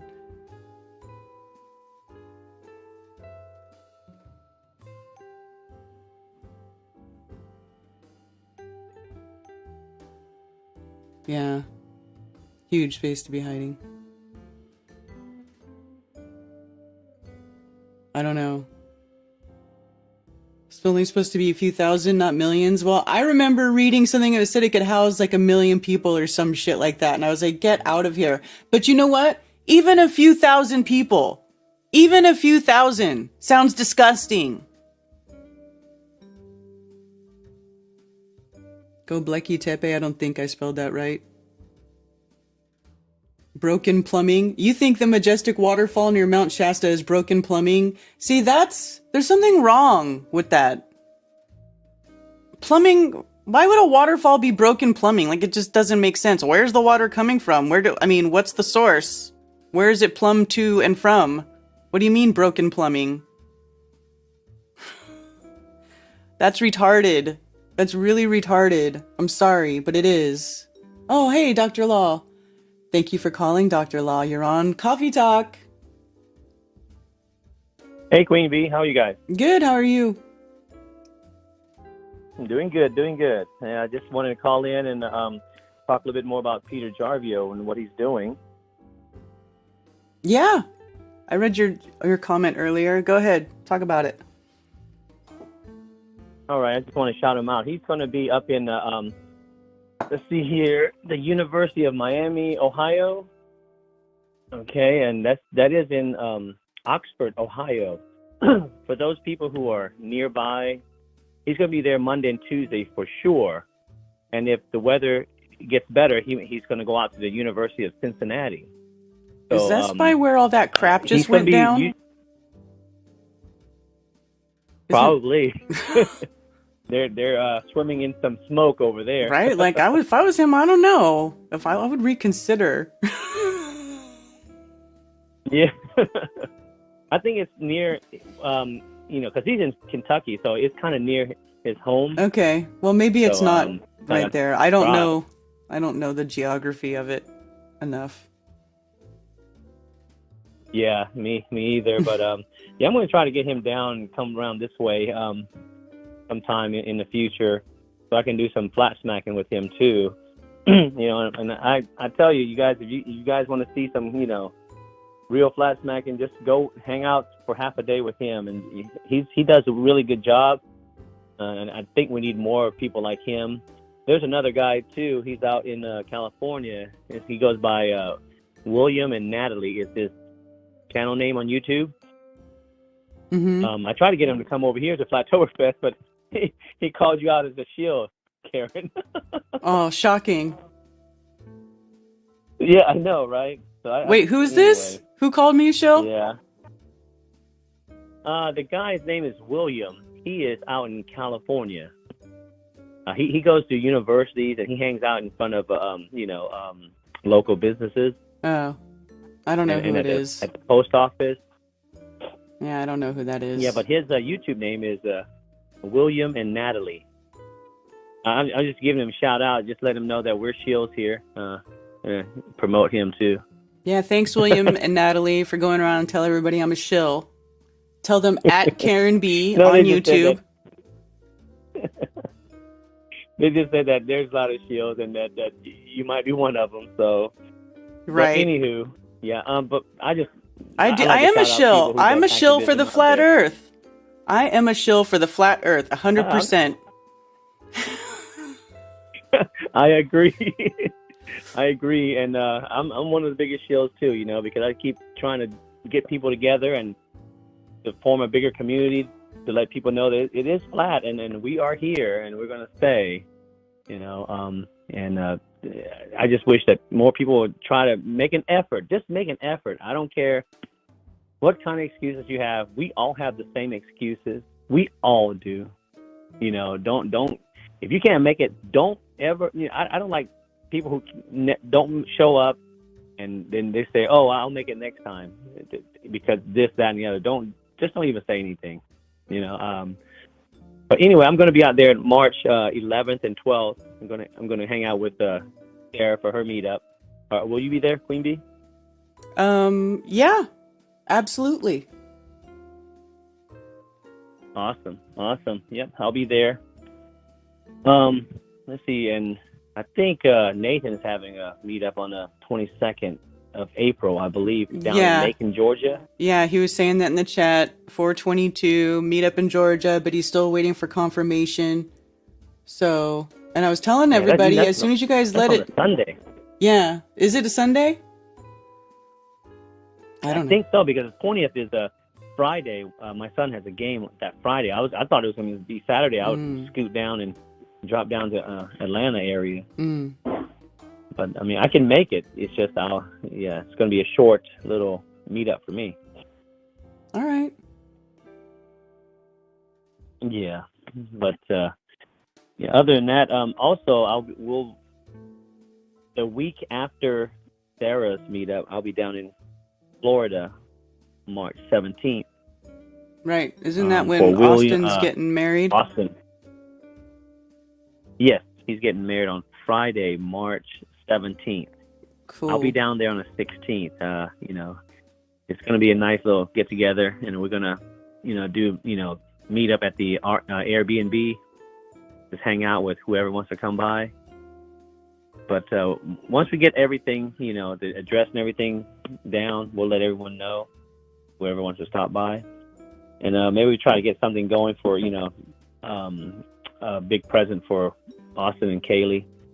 I have that, thinking about what to do for them. Okay, well, Austin's in chat. Don't say it out loud. Oh, yeah. Yeah, Austin, if you're in chat, bro, if you have a PayPal link, because a lot of us can't make it to your wedding, bro. Not that we want to go, but, I have to go because my arms are twisted.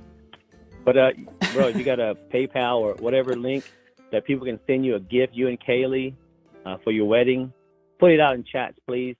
And, for those who can't make it, hey, throw a couple bucks, a couple bucks from thousands of us. It goes a long way instead of a couple of thousands or 1,000 from a couple of us. You know what I mean? Mm-hmm. So we all put in a little bit from everyone will be a lot. You understand what I'm saying? Right. Queen B? Yes, I get it. 100%. I agree. Yeah. And we should all, think that way. If we have people who are in trouble, hey, let's put it out there and we'll throw a couple bucks here from many of us. It'll grow. And I think tomorrow night or one day this week, I think he's doing that. Austin's doing the game show. They raised over $1,000 in just a couple hours. Right, the trivia for. Show, so they're gonna do another one tonight. Yeah, when is it? Tonight, you said? Tomorrow night. Tomorrow night. Well, if it's. I think so. Tuesday or... Hopefully it's before my show at 10 p.m. with Mark Sargent. Oh, yeah, I know, right? Maybe he'll move it to Wednesday. Or maybe it's next... I don't know. But, yeah, for those who can throw a couple of dollars, for the wedding, it's great. Or throw a couple of dollars for the game show. Because the money goes to a good cause. Help people out in the community. And Austin, he's a great guy. Although, we don't really like him. He's a shill, but he tries to go out there and do good things for the community. Tries to get people together. So that's about it, Queen B. All right. Thank you, Dr. Law, for the update. You're welcome. Your show is great. All right. And shout out to everyone out there in chat. Much love to everyone. All right. I'll see you guys later. Yeah. Right on. All right. Dr. Law. We'll be done before you start. Okay, cool. Last time I was in Vegas, my room I had booked at the Stratosphere Hotel had been taken, so I flipped out on the hotel manager and they ended up giving me a huge suite on one of the top floors. Next Tuesday, the 21st. Okay, cool.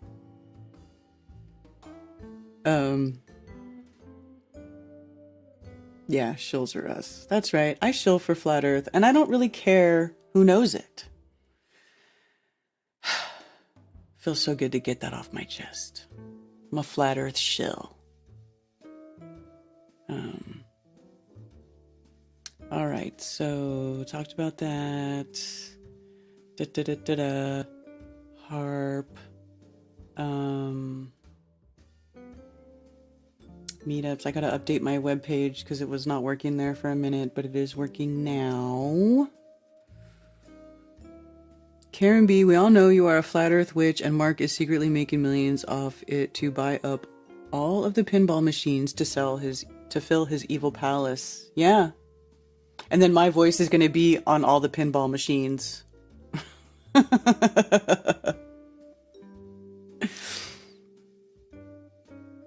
And it'll be like, ooh, high score. Wow. Nice shot. Impressive. Hey, Bob. Good to see you in chat.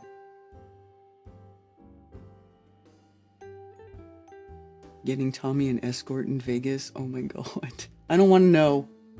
I don't want to know. Don't tell me about your shenanigans. What happens in Vegas stays in Vegas. Alright?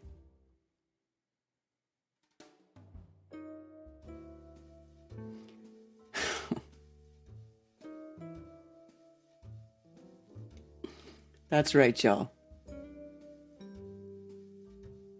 Okay, give me 1 sec. You guys, I need to... I just need to refresh my coffee real quick. 1 sec. I won't be long. I promise.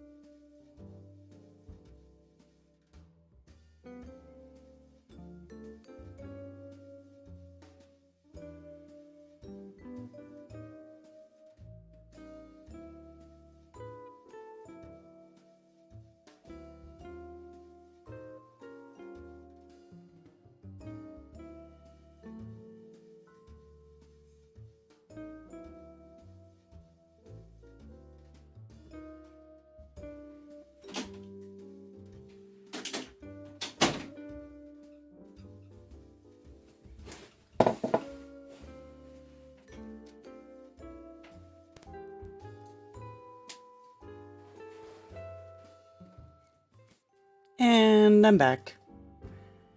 Thank you for waiting. Looks like I lost a few people. Hopefully you guys will come back. What happened in Vegas?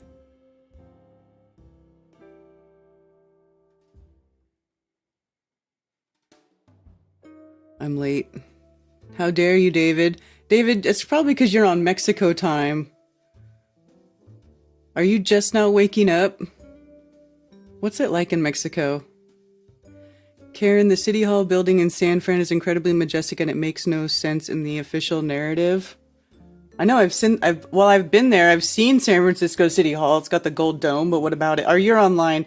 Listen, Brian, I'll pick up your call, but if you start fucking yelling at me and cussing at me, I'm gonna hang up on you again. Or I'll just mute you again.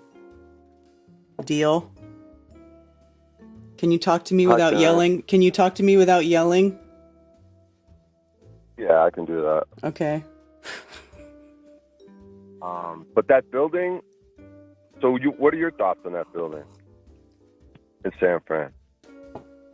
What, the City Hall, the big one with the gold dome? Yeah.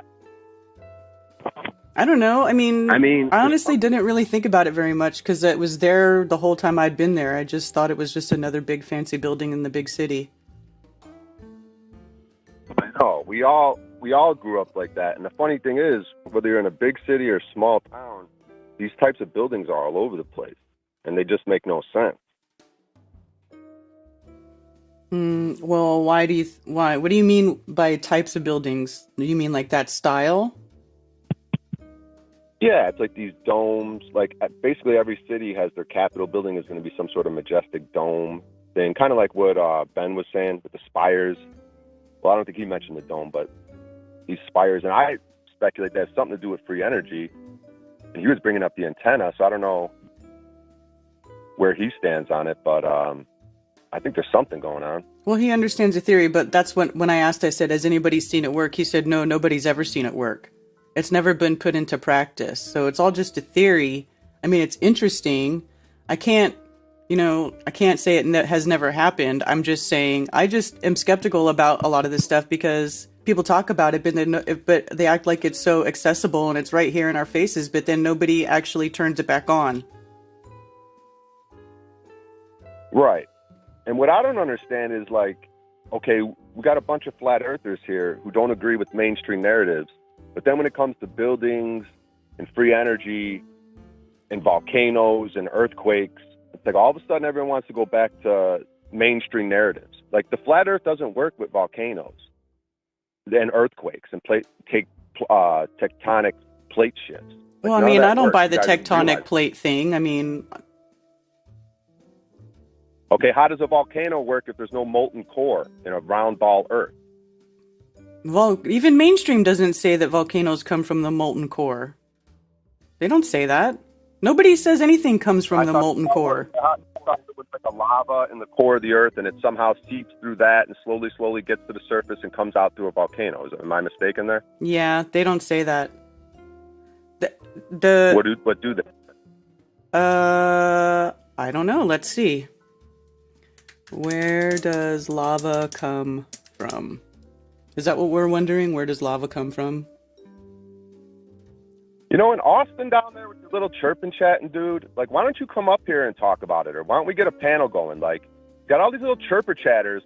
And you know what? It's exactly the same thing with flat earth, man. You guys want to believe mainstream stuff when it comes to certain things and not with others. It doesn't make sense to me. Let me just see what they say about what lava comes from. Magma is an extremely hot liquid, semi-liquid rock located under Earth's surface. When magma flows onto the Earth's surface, it's called lava.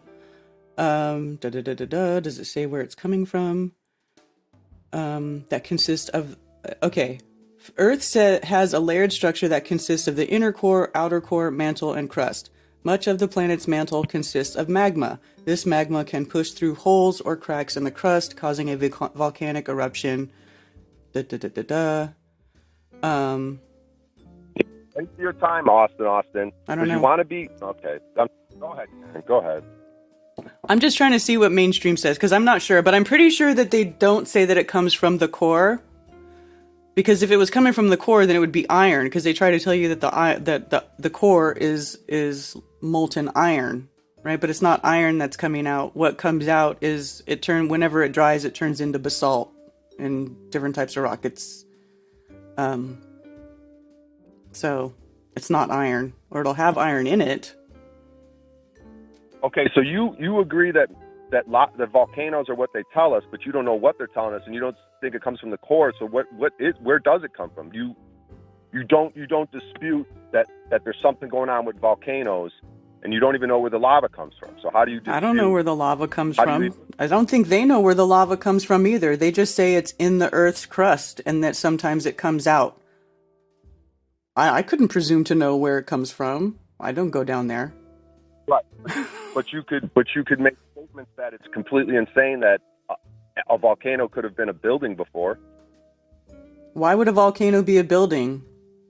Because it doesn't make sense. Because it doesn't look like a building. It doesn't resemble a building. It doesn't. They're not in places where humans live or anybody lives. They just don't look like buildings. It doesn't seem like it would be. I don't know what it is, but that doesn't mean it's a building. Right. I could accept that argument, but there's bricks in there. There's tons of bricks and evidence. Bricks in where? And it's like, why are there bricks in Mount Vesuvius? There's bricks. There's clearly bricks in there. Well, I haven't seen that. Let me see. And see, here's the thing, Karen. It's like, obvious this stuff comes. You were at a point at one time with flat Earth where that sounded ridiculous to you, right? Yeah, like the first 2 weeks. Or did you? Like the first time I heard it, and then I looked into it, and I was like, oh, there's something to it. I had the same, most of us, right? Even, what's his name down there? Mr. Big Shot, Dave, Ditrh, deep in the rabbit hole. Mr. Big Shot down there. He banned people from his chat, right? For it in the beginning. We all were there at one point. And it's the same exact thing, Karen, when it comes to these buildings. It sounds ridiculous. We're banning people from chat. Is this supposed to be bricks? But we know. I mean, I don't know. I'm looking at pictures of Mount Vesuvius, and I'm trying to see where there's bricks in Mount Vesuvius, but I don't see. See, here's the thing. Sometimes I'll see people saying, oh, these are all bricks, and it looks like just like rocks. But then people call them bricks, but they look like rocks. So, I mean, how do you guys know that what you're looking at are actually bricks and they're not just rocks? Because rocks do form in a cube and rectangular shape naturally on their own. I find them all the time. A cube is a platonic solid. So you're going to find variations of a cube occurring naturally in nature all the time. So how do you know that's not what it is? Right. Well, what I'm starting to figure out is that blocks, like these blocks and rocks, like they... So if you had the way they showed it was like if you had a screen with a bunch of bubbles, right? Like a bunch of little bubbles, like tiny little bubbles. As those bubbles connect and get bigger into one solid bubble, it starts to look like how like small bricks would turn into bigger blocks through some sort of heating event. Because it says in the Bible something about melting, will melt shit like wax. Doesn't it say that in the Bible? That God will, when he comes with his wrath. And this is what Ceiling Fan Man's been talking about, man. This is God's wrath that he wants us to see these buildings, these mountains.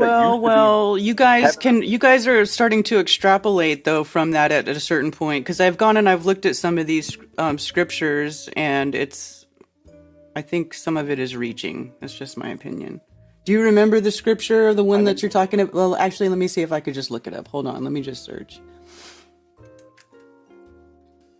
You know, because what we're dealing with here, Karen, is God and what he can do and what this world is. And we keep getting shocked. We're in shock and awe by the power of God, right? We keep getting surprised, like, wow. You know what I mean? And that's how it should be. And we should be afraid of God. That is love for God. When you have fear for God, there's love there. Like some sort of mafia thing. So the way the mafia rolls and the way God works, there's some sort of correlation there. Where it's like good to have it's a healthy to fear God. You should. Just like right now, all these people that don't fear God, you know what's going on in the world right now? All these people that don't fear God, just do whatever, just follow the rules, follow the signs, follow the science. They're not fearing God. They're putting science as the God. And isn't that the whole point of all this children indoctrination in schools, is to take God away? Is everything they do is to take God away? The flat earth is to take God away and the power of what God can do. And Ben knows firsthand the power of God through alchemy when you break this stuff down, how magical it is. Well, here's one question I have for you guys. You guys always argue, oh, well, maybe he made all this other stuff. How do you know God didn't make buildings and then destroyed them? But let me ask you this, why would God make buildings? Man makes buildings. God or whatever. I don't even like saying God. The creator creates the realm and gives us the materials with which to become co-creators of this realm.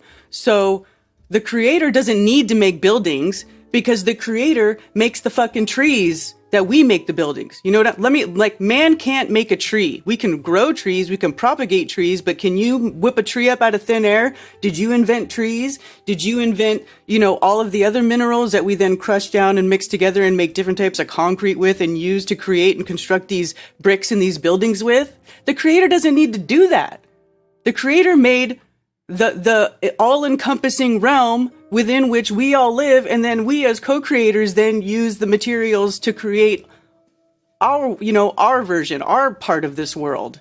And I don't understand why you guys think that the mountains and all these natural features have to have been buildings at some point. Then what were the buildings that these things used to be then made from? Where does the beginning stop? So did the world start as buildings and then it got destroyed and turned into all of the natural land feature, quote unquote, natural land features that we see now? I mean, is that what you guys think? That the earth started as a city? Oh, have a conversation with me and don't say like you guys, like me and you are talking, please. And here's the thing, well, at least I'm not name calling like you have. Right. Okay. All right. I apologize for name calling. What was I saying? Yeah, and somewhere in the Bible it says it talks about something about there will be, how they talk about mansions in heaven. Well, there's some sort of quote in the Bible I read the other day where it's like these homes, these building things will be here for us already. Like it is, yeah, and it's crazy. Just like this flat Earth, we're going to question how God works and how He does things. Like, how did this how did this fucking realm, this Earth realm, get here? Just like you would ask, perhaps did it start with buildings initially? Okay, did it start with some sort of flat? I understand you're saying like dirt and we should build it ourselves. Right. I mean, why? It's like, why would He put us here and then do everything for us? Oh, here, I built you a house. I built you this. You know what I'm saying? Where's the learning process there? Where's the growth? It just doesn't make sense to me. But if you want to look at it like this, say it was already here and He's showing like that, and the bricks and mortar could be just some sort of natural thing that sounds crazy, just like flat Earth sounded crazy to us. I know a lot of this information is going to be just like sound batshit crazy, but and I can't say definitively, but I'm starting to get to the point where it is becoming annoying because it's becoming so obvious, and that's what you want. That's the apocalypse right now. It's the revealing. This is the truth that's coming out, and it's tough. This apocalypse is like, and the more and more that gets revealed, it's going to be more and more gnarly. This is only the tip of the iceberg in an apocalypse. Well, and a lot of people can't handle the truth. That's what they say. Well, I think that's true that a lot of truth is coming out, but I also think that there's a lot of deception and a lot of misdirection being put out right now too to try to curb that. Do you know what I'm saying? Absolutely. That's what that's what Satan's whole game is. That's why we're in the predicament we're in right now. And, arguing about mountains being melted brick buildings. Like, it's the dumbest thing ever. So let me give it to you this. So, okay, all the mountains are melted brick buildings. It's all the waterfalls are broken plumbing. Now what? It's all true. Now what? Now you have a fear for God and say, oh, this is what happens when we turn away from God. He could take all these glorious structures and He could freaking melt them because it's most likely towers of Babel. So living in fear. So now we live in fear. Okay, well, I'm sorry. This is where I kind of agree with Jaron, where I don't believe that the creator who created this place wants us all to be like living in fear, because fear is a counterproductive frequency. That's a negative frequency. Why would the creator who made this whole place want us to live in fear? That doesn't make any sense. Well, it's because it's the same thing when you're a child and you have a parent, right? You have a healthy fear of them. Like if you act out, if you start going around biting your sister and doing different things, there's going to be some sort of repercussion and consequence for that. You know what I mean? So, well, if you read scripture, if you read scripture, it happened so many times. Like, the creator would tell people, don't do these bad things, and then the people would do it anyway, knowing that it was punishable by death, and they would do it anyway, and then they would all get wiped out. Like, that happens a bunch of times. So, That's the whole thing. Everybody's got free will and everybody's going to do what they want to do anyway. And it is up to each person to kind of rectify that within themselves. How are they going to live their life? Are they going to, be a good, positive person? Are they going to express love, or are they going to be negative and they're going to express hate? Everybody has to make that own decision for themselves. And, everybody's been under the fear or the pressure of being punished by death as long as people have been in existence. So I still don't see how that's going to change everything. To me, it still just bastardizes the creation. It's still taking away from the natural creation of the realm that we live in. And it's creating a false narrative, and it's making people, still focus on other things other than turning around and doing the work on themselves, because ultimately that's what needs to be done, right? People need to do the inner work on themselves and pull their heads out of their asses and, learn how the natural law of this realm is supposed to work. Right? Or no? Yeah, I'm just reading Austin's comment here. It's just aggravating me. Because Karen, here where we're going is telepathy, right? Tell me how your thoughts on telepathy and telekinesis, if you feel like we're going in that direction, where somewhere in the future, near future here, whatever's going on, telepathy is going to be ramping up and telekinesis is going to start ramping up. And the thing of it is, with telepathy, people are like, oh, that's lack of privacy. I don't know if I'd want to have so many people's thoughts in my head. Well, you see, that's what they're already doing with our phones and different technologies listening in on us. They're already doing an unnatural version of what we're naturally going to be able to do. And a loving, when your consciousness is rising and your vibrations at a certain thing, me and you, Karen, can start sharing thoughts. But it's probably we would have to have a deep love. You know what I mean? Like an agape love, like a true love, and so the thoughts then there's no, because all war and all violence is from miscommunication. So when you could telepathically speak to someone, you'll know them inside out and you'll completely love, you would never harm someone. Like, you could take the greatest enemy right now in the world that you could pick out, name whoever you think is the greatest enemy to mankind right now. And if you were to somehow know every thought they had from birth until now, you would have so much love for them. You could never, ever, ever harm them at all. You would be completely, utterly in love with them because you would know them inside out and you would know how they got to why they are the way. You understand what I'm saying a little bit? I'm kind of going different directions at once. But. Yeah.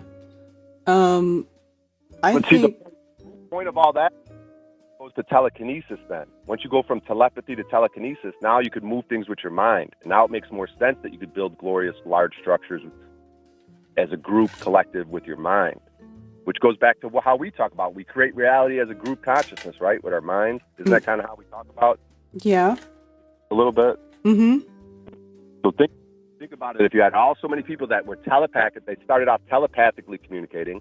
So now they're completely in love with each other, agape style, not sexually all the time, but like completely adore each other, completely would never hurt each other.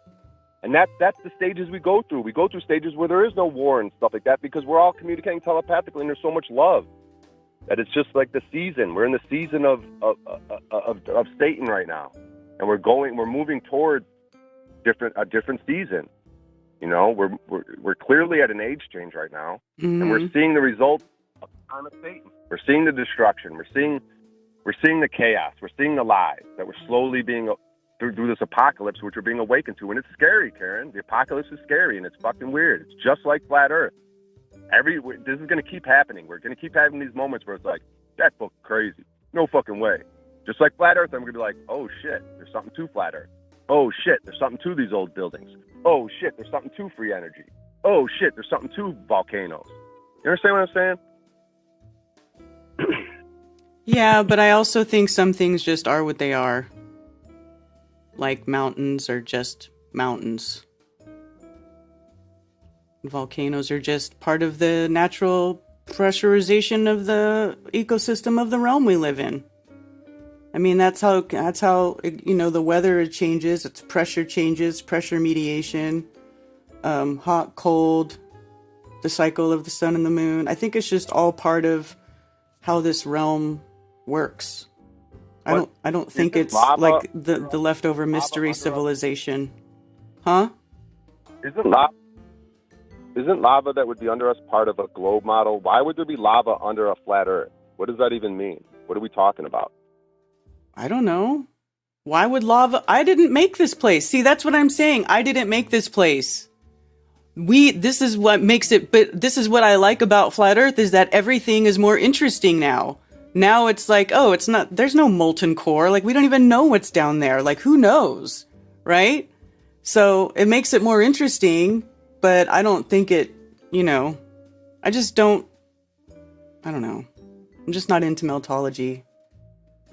I just don't see anything to it. I just think I think mountains are just mountains. I think it's just part of how the realm formed, and it's just interesting stuff for us to look at and climb on and live next to and experience.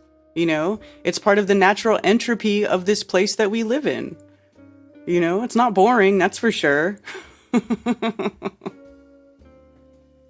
Right. I mean, and we're coming up, things are ramping up, you know what I mean? And it's just like, to me, it's so obvious, Karen, and it really just breaks my heart because, I met you at Flattoberfest. I met Awesome Austin at a couple different Flat Earth events. I met Brian Stavely at a bunch of different events. I've met a bunch of you in person, and it just really breaks my heart because some of this stuff is so obvious to me and it's so clear that God wants it to be that way. He's showing us like guys, look, I'm purposely leaving these clues. Like, trust in me, look what I can do. Like, it's not a fear thing. It's like, because it empowers me. It doesn't make me fear God like that. Like I'm shaking, like an evil, drunk, alcoholic parent. Like I'm afraid of them.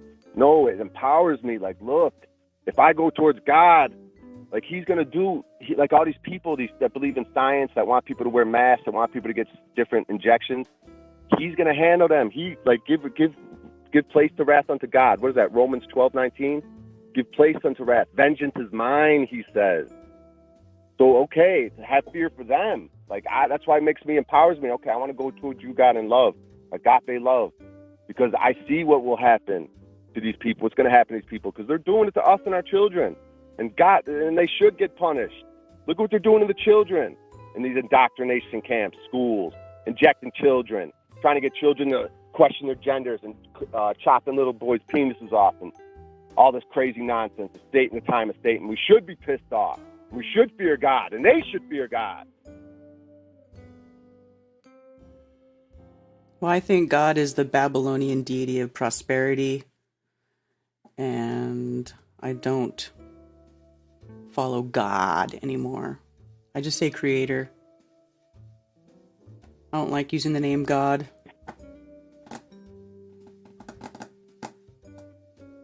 Just my opinion. Ben wants to call in. Yeah, I mean, this is a good conversation, but you know what I mean? It's just, it really just breaks my heart, Karen, because I see it plain as day. As day. And I guess that's why I call. That's cool. Like, whatever, if that's, everybody's on their own path. I don't see it that way. For me, it's plain as day that it's all just part of the creation. It's just all part of how this place works. And I'm just trying, I just want to know the inner workings of this place because I feel like the more intimately we are connected with the realm and the more we know about how it works and how things really work around here, the more that we can work within it and the more powerful we become. So that's why I look at things the way I look at them. You can do it your way, I'll do it my way, and then maybe in a couple of years or a little while, who knows, we'll see what's going on. Maybe somebody will find something and one of us will change their mind, maybe not.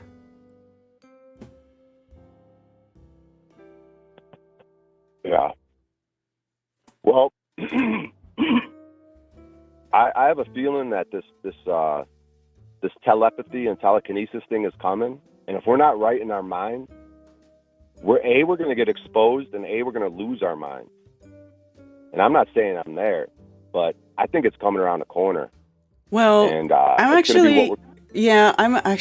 need to set up a show with Trebor 7. Sometimes he's in my chat. Are you familiar with Trebor 7? He's a telekinesis channel here on YouTube, and he's a flat earther, and he's a really cool guy. And I've been following him for a number of years.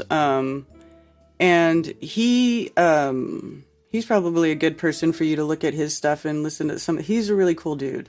But telekinesis and telepathy, this is something that I think that everybody already has the ability to do, that we've just been educated out of it, poisoned out of it, brainwashed out of it, whatever. Our environment is so toxic that, and we just have never flexed that muscle, so to speak. I feel like, it's like one of those things, if you don't use it, it just becomes weak.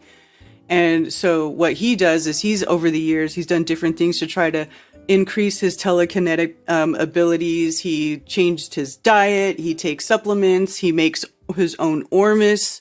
And he's very conscious about, trying to develop that ability within himself, right? But he's starting late in life. And I think that one of those things is that, as children, we were all sort of told to squash our imagination. Oh, it's just your imagination. Oh, don't be silly. Oh, that's not real.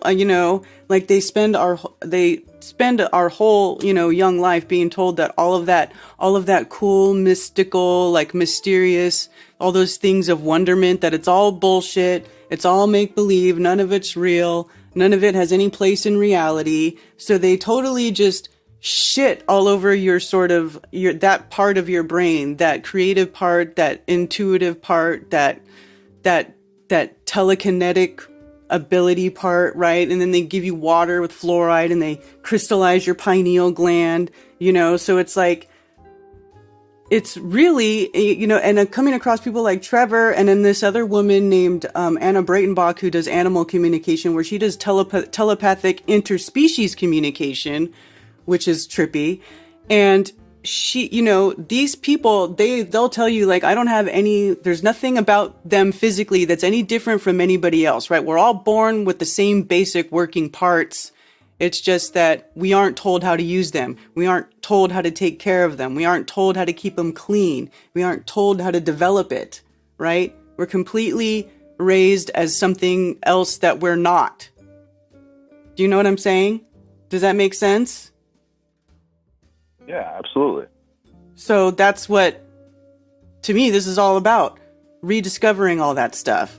How do we start changing that? Now we know when we have babies, don't let them inject anything into your babies now, right? We all got shot up with all this poison crap the whole time we were growing up. So now we know not to do that. And how amazing is that going to be? Now we're all going to be raising these babies that are pure, unpoisoned. They're unbrainwashed. They're allowed to explore. They're allowed to create. They're allowed to ask questions without being told the questions are silly. You know what I'm saying? Like, it's going to be, that is where the change is going to come from, in my opinion. That's what we need to do. That's where the focus should be. Yeah.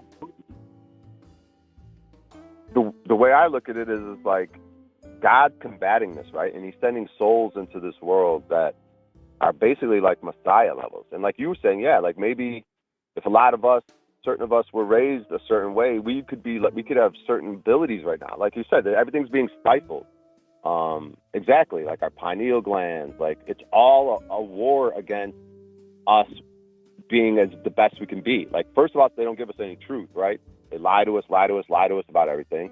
And then they physically harm us, spraying shit in the air, shit we're drinking, eating, all types of, so it's just an all-out war on us reaching our full potential, right? Mm-hmm. So what we're doing we're starting to get back to better water, better food, better education of children. And guess what? These children are going to be, talk about telepathy and telekinesis, they might start going down that road.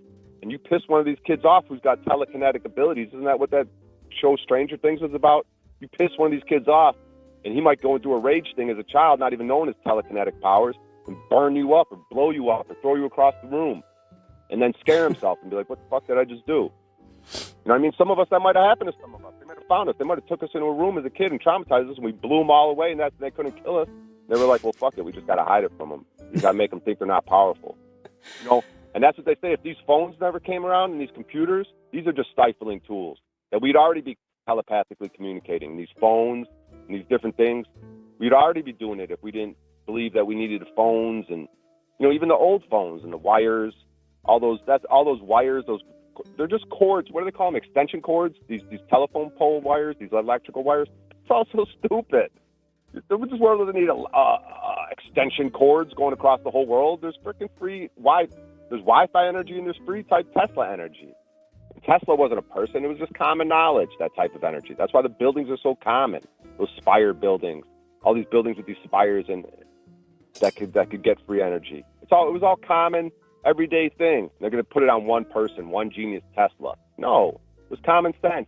Just like Ben Balderson, he's a fucking genius when it comes to electricity and all that stuff. And he would have been like a common everyday person with that type of knowledge. See, he's very well-rounded, but he would have just been an everyday Joe. But here in our world, he's like a genius when it's all around. He could do all types of shit. He could work on the land. He could fucking fix shit, build shit. That was just an everyday human not so long ago. Yeah, exactly. All right. 9:11 a.m. here. But yeah, I've been running my mouth. This conversation was a little bit more civil, which is cool. And maybe I should give someone else a chance to come up here. I think Ben was saying he wanted to come up and talk. So right on. But I appreciate the time, Karen. Okay. It's all love. All right. Take care. It does break my heart. I can't see these buildings, but okay, we'll see. All right. All right. Bye. I love you, Karen. Thanks for calling, Brian. Yeah. Now, I won't say that I don't see anything building related. I do see building blocks of the realm when I look at the mountains. I see the building blocks of the realm put here by the creator's building blocks, the platonic solids, the natural crystalline material, the manner through which we all observe nature and then imitate it and then try to use that to create and build buildings.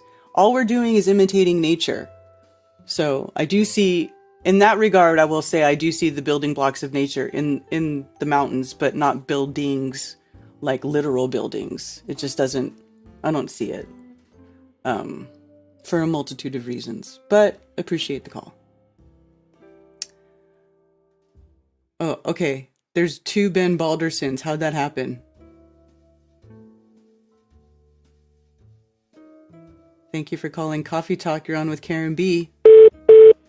Okay, that's the wrong one. Thank you for calling Coffee Talk. You're on with Karen B. It must be my damn internet phone. How weird. Freaking, my phone, I can't even receive phone calls on this thing. I can call out, but I can't get calls in, and we've tried for, I think, 8 months now to fix that, and so I got no explanation for this phone. Anyways, can you pull up lightning, pull up lightning and electrical flow? Lightning and electrical flow? Yeah, whenever you see lava flowing, you'll see that, or just type in lava lightning. Pyroclastic flow. Okay. Ooh. So heat is just a byproduct of resistance. So if there is no resistance, there is no heat. So when you're looking at these lava flows, which I mean do happen today, it happens fairly regularly in Hawaii. Mount Lassen on the mainland blew off not that long ago.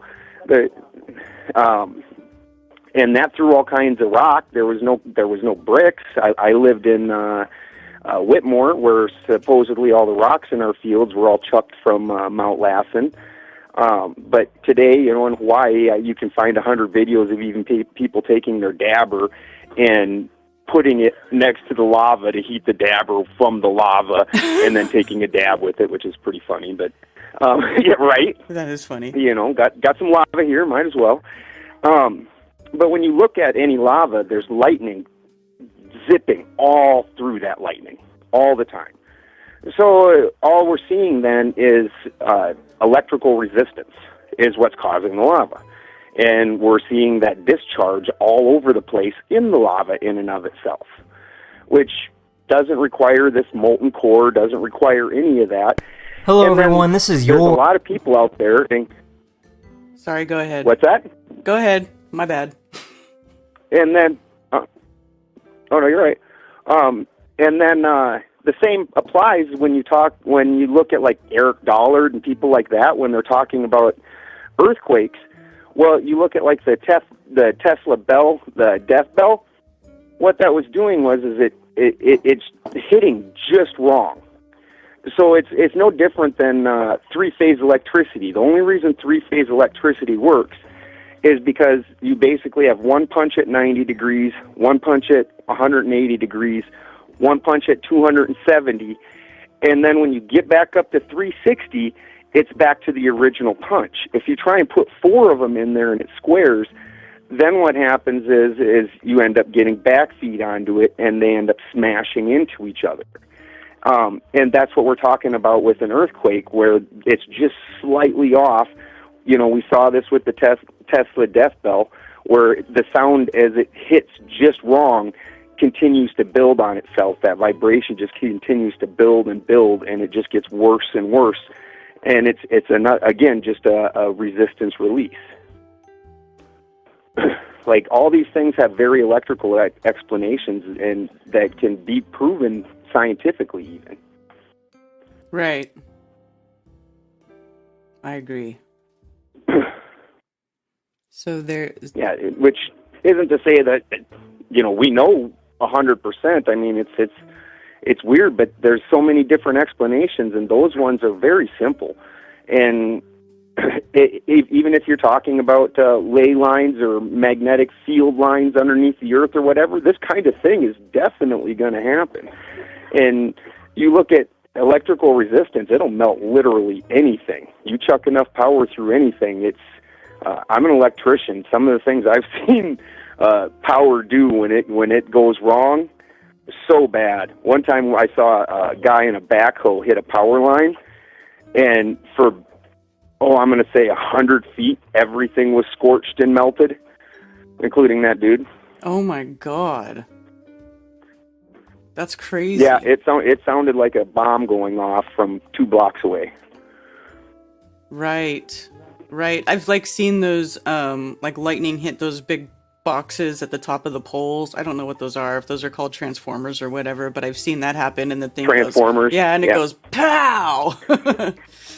And the whole thing explodes with sparks everywhere. You betcha. You bet. I accidentally one time crossed phases just on household wiring. I was changing out a service, and it was a super old service, so it had hex bolts on it. And when I was unscrewing the one hex bolt, a little strip of wire peeled off of the bolt and came out, and I didn't see it. It was just like this tiny little filament, and it unspun as I was screwing out the bolt, and then went across and hit the other phase. And so you had a direct phase contact. It lit me on fire in 5 different places. It lit the yard around me on fire. My wife was standing there watching. That was the last time she ever came to work with me. It melted the whole top of my tool. That was good steel, and that was gone in a blink. Gone.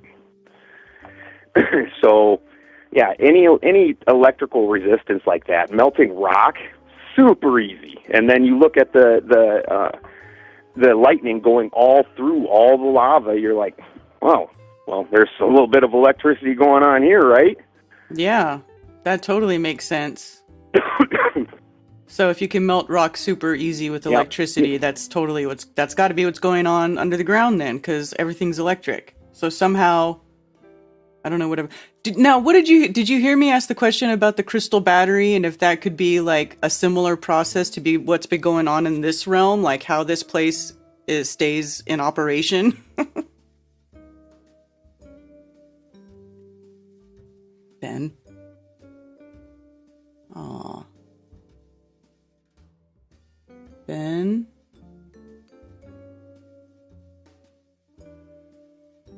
Ben, did I lose you?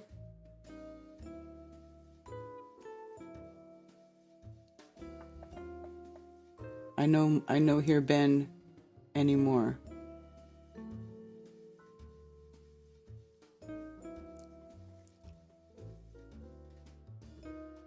Ben.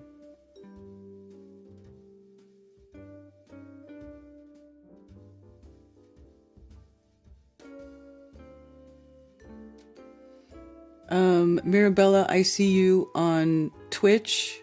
There's just not a lot of people in the Twitch chat. Emerald Bear probably is the only person in chat. There's not a lot of chatters on Twitch. A lot of the chatters are on YouTube. So that's probably why. I love that you follow me on Twitch, though. I'm telling you, if I get taken down for today's shenanigans, bad things. Oh, Trevor's in the other chat. He's in Rockfin. I didn't look in the Rockfin chat. Trevor's in, and he's in there going, "Hi, Karen. Hi, Karen. Don't you see me, dum dum?" Chris Garaziano, thank you for the tip at Rockfin. Tom Nixon, laughing, was wondering. Cheers, Trevor. James Ritchie gave me a tip on Rockfin. Thank you, James. Cheers, James Ritchie. Thank you for that. Wait, I thought mountains were tree stumps. Aha! I know, right? Hey, don't drag telekinesis into this. Oh, that's funny. Man, I forgot to look at the Rockfin chat because I got so distracted with the phone call. I lost Ben. Ben! Hello? Ben! Ben! Ben, call back. Maybe hang up and call back. Thank you for calling Coffee Talk. You're on with Karen B. Hello? Hello? Hello, this is Rasta Bear. Hi, Rasta Bear. How are you this morning, Karen? Good, how are you? I'm fantastic. Yeah, I just wanted to call and share a few things. I went on a road trip this weekend. Went from Portland all the way down to Mount Shasta. And so, yeah, it's cool you all were talking about mountains this morning because Mount Shasta is one of the most spiritual and epic mountains in the whole world. And for some reason, like it was about 2 weeks ago, it was like a zap of lightning came and just zapped my head and basically was like, you need to go to Mount Shasta. And I'm one to always listen to those type of callings when I get those things. I act spontaneously and just go with the wind sometimes because like I feel like that's important for us to do in this life, is to like listen to those little voices in our head sometimes and act on those because, I feel like it's our higher consciousness, or sometimes our ancestors and our loved ones and their spiritual selves that are telling us and guiding us to, to go places where we wouldn't normally go. And because, that's what separates us from the normies in this world, who would never do that, never step out of their boundaries and go on missions and quests and things that, will raise our consciousness and our vibration to a higher level than just staying in the normal day-to-day routine will do for you. And so I did it. It was my daughter's Luna. It's her 10th birthday weekend. Today's her birthday, actually, but I took her and my 3-year-old daughter, and it was just me, her, my 2 little girls, and my dog, and we did this road trip. We left Portland, and we left on Saturday afternoon, and we went down to this place called Talent, Oregon, where my friend, he's a musician, goes by Alcyon Massive, played there, and we went there, and when I got there, we were a little bit late, and right when we walked in the place, he was telling a hot tub story that was almost identical to the hot tub story that Christian Knapp told on Brian's show a while back. But he was talking about, how he was sitting in a hot tub and there was these, a variety of different types of people in there. And, it sounded almost just like Christian was telling the story.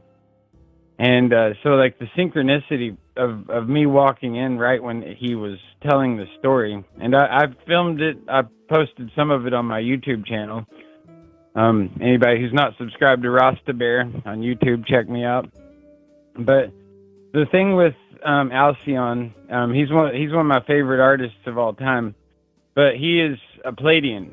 And, you know, you can believe me or not with this, but, like, I've met multiple people that are Pleiadians that, you know, and it doesn't have to be that they're from outer space, a different planet.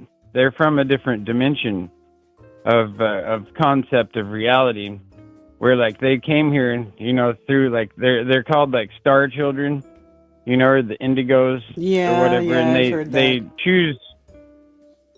And you know, it's a big concept to take in, but it's something that you can't discredit or whatever, because it's real, and it's something that is it's very, you know, it's something that is very valid, because these beings are how we advance so well in technology and gained a lot of these ideas and things that we didn't know before. It all stems back to the lost city of Atlantis and the origination of our realm, which was, you know, created through these original beings that were here, that were not of Homo sapien, and that's where it leads further. And from there we went and we camped at the Jackson Wellsprings Resort. We camped in, like, freezing temperatures, which was really awesome. It's my first time ever camping in February. It was like February, you know, 11th, and it was like 30 degrees out.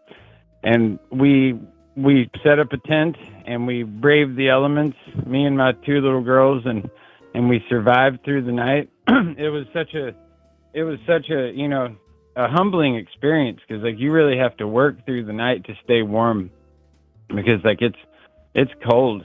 And then when we woke up, there was, like, ice on the ground outside and stuff, and then we got to soak in these hot springs there, the Jackson Well Springs, which is interesting. You know, it's like, what is heating those, you know, the water? Like, how does the water heat, you know, under the ground and come up out of these springs as warm water as opposed to cold water? Mm-hmm. You know, that's something to think about. Where it's like, what is the source that is doing that? But yeah, we got to soak in the springs, and then from there, it was only about, you know, an hour further south to Mount Shasta, which is at the Headwaters State Park. There, it's the most sacred water in all of the world. It comes right out of the mountain, and it's a spring that's the head of the Sacramento River, which is one of the biggest rivers in California. But it's like the origination, and people come from all over the world there with their jugs and whatever to collect some water and drink it. And I did a spiritual ceremony there with the water, and anointed my children with the water, and it was really a blessed experience. But as I went there, and I've known this for years, this is the story, the true story behind Mount Shasta, is that it's not an ordinary mountain. Now, I don't buy this brick building melted stuff either. I don't think that there's any validity to it, and I think that, you know, it basically is a waste of time to even, you know, go down that rabbit hole. You know, it's like there's so many other topics for people to be divulging into, to be like sitting there staring at mountains and being like, oh, there's bricks, I see bricks. You know, it's like I think that it's nonsense, and it's, you know, it's a real waste of valuable time that we have here. I mean, we only have a certain amount of time here, you know, and we need to be finding solutions and really getting somewhere with truth. And if you get caught up on staring at mountains and thinking they're bricks, then you're wasting your time. You know, it's like you might as well be watching cartoons or something like that. I agree with that.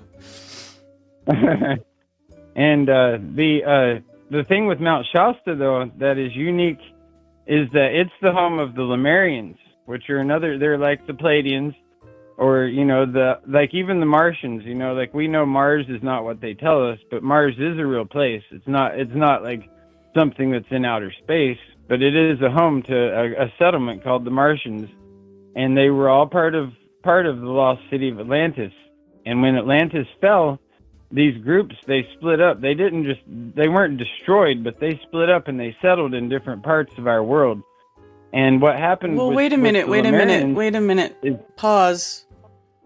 Mars is a place that was a home to Martians. Like, do you think that's a real thing? And where is Mars? Do you mean the Mars in the sky, or are you talking about Mars like some outer land? Our world that we live in right now, it consists of 10 dimensions. There's 10 dimensions here, and we only operate into the 4th dimension. You know, we can barely even conceive these higher densities of realms, but that's how like these higher spirit beings work, like the angelic creatures and even these reptilian type beings. They operate in higher densities, and they feed on our fear. The reptilian type entities, they feed on our fear, negativity, hatred, and all these negative. They control our media and our governments and all that, and they're the ones who keep pumping this fear and the separation into us, because that's how they feed on that. But at the same time, there's these angelic beings that are around us right now, you know, standing over our shoulders and guiding us, showing us the synchronicities in life, and putting us on the path of success, where we will succeed in our mission, which is to bring back peace and unity and love into this world. And it's really something that's difficult to conceive unless you're really into the metaphysics of this world and the spiritual realm, and then you see it and you get it perfectly, because it explains the demonic entities and how they overtake people. You know, that's the reason why so many people are diagnosed with psychological disorders, because they are overtaken by these demonic entities that not only attach to family names, but also to different objects. That's why I don't know if you ever heard before, like you need to be mindful, like when you go thrift store shopping, and even, you know, objects that you bring into your home, because sometimes these objects can have these demonic entities attached to them. And so you need to use things like sage and Palo Santo and things like that to cleanse your area of these entities that are operating in higher densities that we can't conceive unless we acknowledge that they're there. And that's the thing. And so that's where the Martians, all these other beings, they like I say, like, it's nonsense to think that they're some faraway planetary place. But in reality, though, it's still, we have to give them some credence, because they are legitimate. Because like the lost city of Atlantis was a real place, and it fell at one point because of the I believe the Martians and these other, they tried to basically take hold of the actual structure of the place, the unity, and tried to basically change it into what we see today as the world that we're in. But with the Lemurians, though, in specific, and I've heard this from years ago, and I know it to be true because I've met some of these Lemurians. They look like humans. They have, you know, our same meat suits on, because they operate around us. Same with, you know, you probably encountered people who are not from here as well, because they walk amongst us. You're tripping and you would me never out. know unless you... We need to time out. And so the Lemurians, they are, Mount Shasta is their home, and Mount Shasta is not. Even if you look at the geography and the topography of the land of California, that mountain, it does not belong right there where it is. It's not part of the normal mountain range. Like it is set aside from all the rest of the mountains in the range there, and that's because it landed there. At some point, it landed there. It is. Okay, Rasta Yes, Bear, Ben's back on the line, and he's been waiting 20 minutes, and I'm gonna go to back to Ben, and continue the crystal conversation I wanted to have before. But thank you for calling. Okay. I can only take so much in one day, you guys. Ben, are you there? Ben.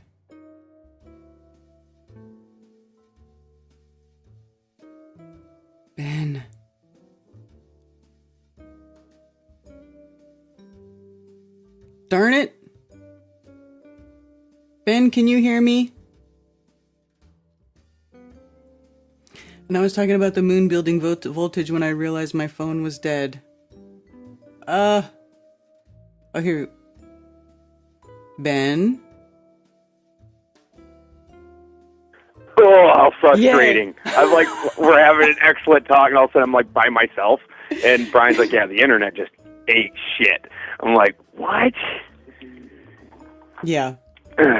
But we were on the exact same page where we noticed that when it's liquid, we're seeing this electrical discharge. Well, when it was not liquid, it would have been storing that electricity too. Like, say I was on the exact same page, and we both know that how heavily quartz is, which is very piezoelectric, is through the entire crust, all through it. So 100%, and we know that that these crystals are able to go liquid. It's just how it works. So I completely agree. And then the other thought I had on it too, that's just something really weird that I've been working on, is the moon itself helping the Earth build up voltage? Like, because the full moon in and of itself gives off a ton of voltage. So I have a 48 volt inverter in my electrical system. So that basically means that there has to be 48 volts, and the path's got to be 48 volts wide before the amps can flow through it. And so when it hits 48 volts, it actually has a little alarm that goes off that will ding, ding, ding, ding, ding, ding, and it lets me know that it's, I've got enough voltage to run my system. So on a full moon nights especially, and leading up to it and just past it, on a full moon itself, I've seen it throw 60 volts. That the moon is throwing out 60 volts, and I don't know exactly what that's doing. It has no amperage attached to it whatsoever, which is fascinating. So even though I can hear my inverter kicking in, and I can see that I'm getting way more than enough voltage, like you try to turn on a light and the system dies, like, because there's no amperage to go with it. So I'm not exactly sure how that's functioning either, but it seems like the Earth is somehow pulling in voltage. That's crazy. Yeah. And I've never heard anybody else talk about it. But it's just something that you... And when I talk to other solar people, they notice it also. So it's just something that people with solar notice, is on bright moon nights, you're getting plenty of voltage. Yeah. Wow. And so, right. So there's all kinds of interplay here going on. And the answer of some weird molten core, like that, and that's one of the tricks that they always do. They act like one answer is the only answer to the events that we're seeing happen, right, when there's always just a broad range of other explanations behind it. Yes, exactly. But it totally makes sense that the weather, like what you're seeing above ground, would change when there's something going on below ground. Exactly. These two are just interplaying, like the cosmology that I'm building, where the above is, and we even have proof of this, where we understand that as we rise, you end up getting the higher voltage, and you get that differential between the Earth and the sky, and you can draw power just off of that. I mean, it's not, and here's the other thing with free energy that a lot of people don't want to realize, is that our appliances that we run and the way a lot of our stuff works, it does not work off the systems off of passive power. Like, when one of the other things that people call free energy is passive power. And when you're saying passive, it doesn't have the extraordinarily masculine push that the current systems that we use have. Mm-hmm. We're super greedy with the way we use power, super greedy. And so if we want to switch over to other power systems, even if we want to start harnessing and making use of this kind of thing, and we figure out how, we're going to absolutely have to change the way we use our power systems, because everything is just super, super masculine right now. It's all about push. There's no pull. There's no balance. And we need that push to drive these things. They just won't work without it, Yeah. Yeah, that's cool. It would be cool to come up with some sort of like new type of architecture that was like that had both. Like if you build it, according to the sun angles so that it can take advantage of the passive solar energy and be warmed up during the winter and and then have you can do all that stuff. Yeah. And then also combine that with other different stuff. I think it could be really cool. Which honestly we believe happened at one point in time with some of these very magical cathedrals and things like that, and they say that they had things like that. But we look, the cathedrals, the magical places today are always built on the bones of another religious center, and it's because it's on some kind of a power point where the flows are meeting, the powers directing there. Whenever you look at a magnetic flow chart or an electrical, like the way the flow lines, there's little crisscrosses, there's little points where there's more energy meeting than at other spots. So that's what they're doing, is harnessing that in some way.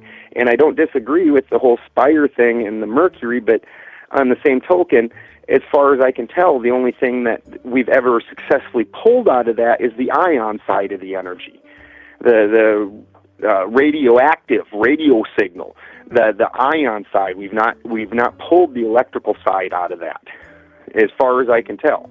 Like there's even old school antennas you can find that have a little mercury, a little bit of mercury on the very end of it, because mercury rectifies power. All right. So, yeah. See, that's my whole thing is people talk about how, like, oh, it was so fantastic, da-da-da, and I'm like, but nobody ever, if it was so easy and it's all right here, well, go turn it back on then. Right. And maybe it's not that easy. I don't know enough about it. I've not ever seen it. I've not seen it drive electricity, drive power like that. But sure, pull ionic signal out of the air 100%. So I mean, most of these domes and places with this spire and this belfry were some type of a religious place. So why are we making the assumption that they were trying to drive electricity and not trying to pull signal out of the air? Everybody talks about how, God's message, it's all coming down, or whatever thing you believe in, whether it's even the new love and light where it's just higher vibrations, or it's the white brotherhood, or whatever the fuck, that's going to save us all. Either way, you're talking about pulling signal from the higher vibration. Yeah. And that's what that's doing straight out. You know what? That totally makes me think about, okay, because in the religious scripture, anti-religious scripture study that me and Jack do, we've just been reading about the tabernacle, right? Or like the tent of, what is it called? The tent of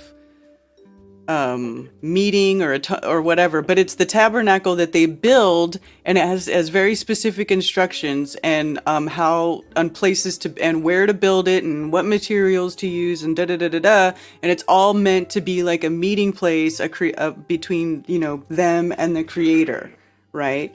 So it's like, and like you have to use gold and brass and silver and very specific things in an order. Right. All very highly conductive. Mm-hmm. Exactly. And I think that's like, and so that's basically when me and Jack talk about it, we're like, okay, well, it sounds like they're building something to receive a signal from the creator, like a very specific, special signal from the creator. And so then the thought just popped in my head after that when you were talking about all the domes and them bringing in a signal, maybe that's why they started building these big fancy domes. Like they thought, well, if you can get a signal with this little thing that they said about in the Bible, what if we build this? And we build a big giant dome and we put this on it and that on it. And then maybe we'll be even better than that one. You know what I'm saying? Like that's like I never even thought about it that 100%. way. Huh. Fascinating. Maybe they were trying to build... And pulling signals out of the ionosphere. Right. Oh, that's crazy. That's interesting. You bet. It's super interesting. And everybody sitting in that little room would, like I said, it would rectify that signal for them. So we know that we can prove that this happens, that it pulls those signals and rectifies them out of the ionosphere. So I don't know why then we go and start, and I understand having theories. I totally do. I have a million of them. And then I go about the process of proving the components of the theories and everything as best I can. So we have provable stuff, so why are we not talking about that and looking at the functions of that instead of just making this, like I said, it's we can't do that. We can't imitate that, making electricity out of that. So we need to just kind of look at what really is happening. Yeah. Exactly. All right. All right. Well, I'll let somebody else call in. We love you, Karen. All right. Love you too. Thank you for calling. Always enlightening. All right. Talk to you later. Later. I always get quiet when Ben talks because he actually says smart stuff. All right. Oh, what happened?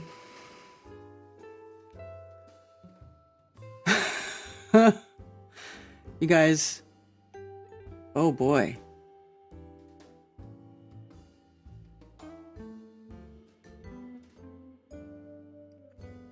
Get some calls from left field today? Yeah, you know.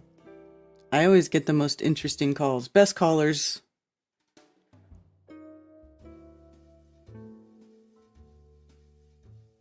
Brosta Bear, you don't gotta believe me for it to be real. I mean, okay, I guess I can't disprove it, but it was a little much for me when you said Mount Shasta landed there.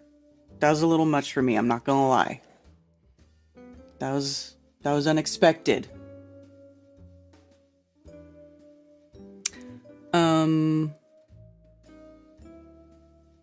Most people run around. Yeah. You know what? At least Brian was civil when he called in today, I will say. He didn't yell at us. So that was good. Thanks for not yelling at us.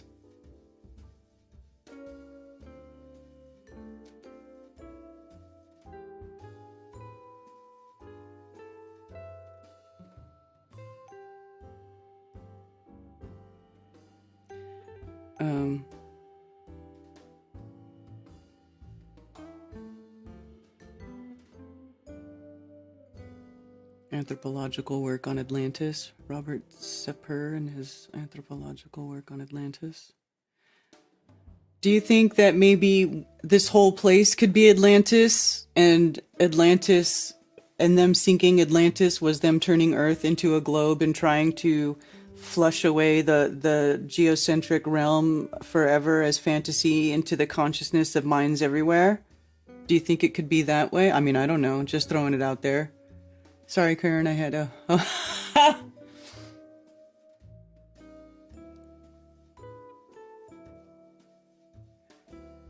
Ben is a wealth of knowledge, yeah.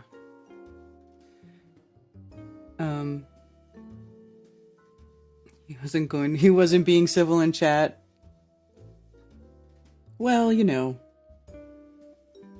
It happens. I can't, but melted bricks are silly. Yeah. Yeah. Don't know about that. All right. You know, I will say though, I'm just going to say that you never answered my questions, Brian. I'm not going to get back into it now, but I did pose questions and then you just changed the subject. So maybe you can go back and listen to the call, and then, you know, think about those questions I asked. And maybe, you know, Atlantis was said by Plato to encompass 10 kingdoms. It likely spread much of the world as a civilization, right? That's what I'm saying. Wow, melted buildings is crazier than what you just said about Atlantis. How is it crazier? It's possible the Americas were actually Atlantis and the old buildings here were repurposed or destroyed to hide it. We could do a stream where we all talk about what we think Atlantis is and where we think it is and all that good stuff. No, I don't want to get back into it again. Just we can maybe revisit this again next Moonday because I'm about to wrap it up. It's almost 1 p.m. You know, and it's a nice day today, and I would like to go hang out. Ted's off. I want to hang out with my guy, and yeah, and my children, and eat some yummy sourdough bread that I baked. I think geologists are lying and hiding things too about the rocks. I don't know if they're lying so much as they just don't know, and they're just parroting what they were told in college. I mean, think about it. All these people go and they go get educated in these Rockefeller universities. I mean, they have everything laid out for them. They have the whole curriculum laid out. They've had hundreds of years to set it up. They've got it down. People just go in there and they learn this bullshit, and then they come out and they parrot it. So they just assume that all of this stuff is millions of years old, but nobody freaking knows. There's no way to know how old the realm is. There's just no way to know. No way to know. And I think some things we just weren't meant to know. That might be one of them.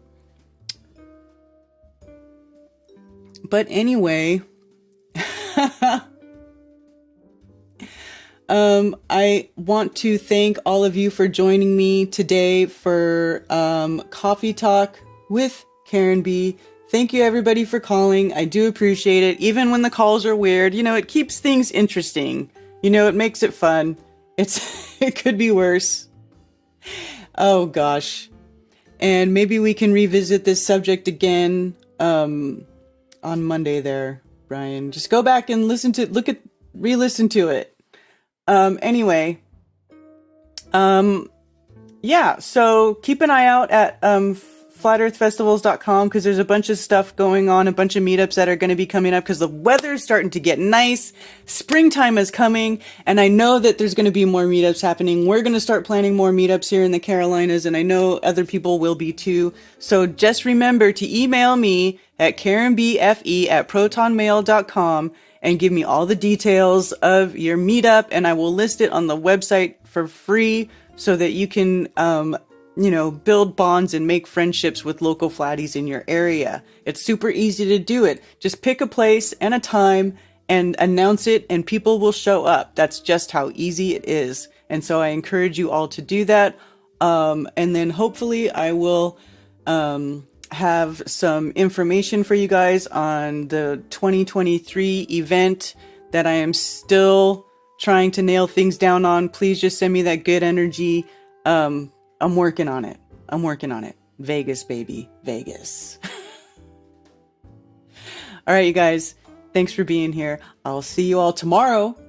Same place with Mark Sargent, 10 p.m. for Strange World 395 or 394. 394 or 395. I don't remember. Anyway, we'll be here tomorrow. Mark Sargent. All right, y'all. Peace.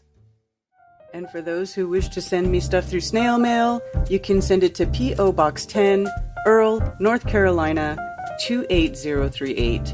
There are also links below for Flat Earth merch, and you can send me donations. And I do appreciate all the support. Sincerely, thank you very much. Also, please go to flatearthfestivals.com for all information about upcoming Flattoberfests and Flat Earth-friendly local meetups. If you are organizing a local Flat Earth meetup, email me at flatearthfestivals@protonmail.com with your meetup information to have it listed on the website for free. For everything else, you can email me at karenbfe@protonmail.com. Thank you for being here.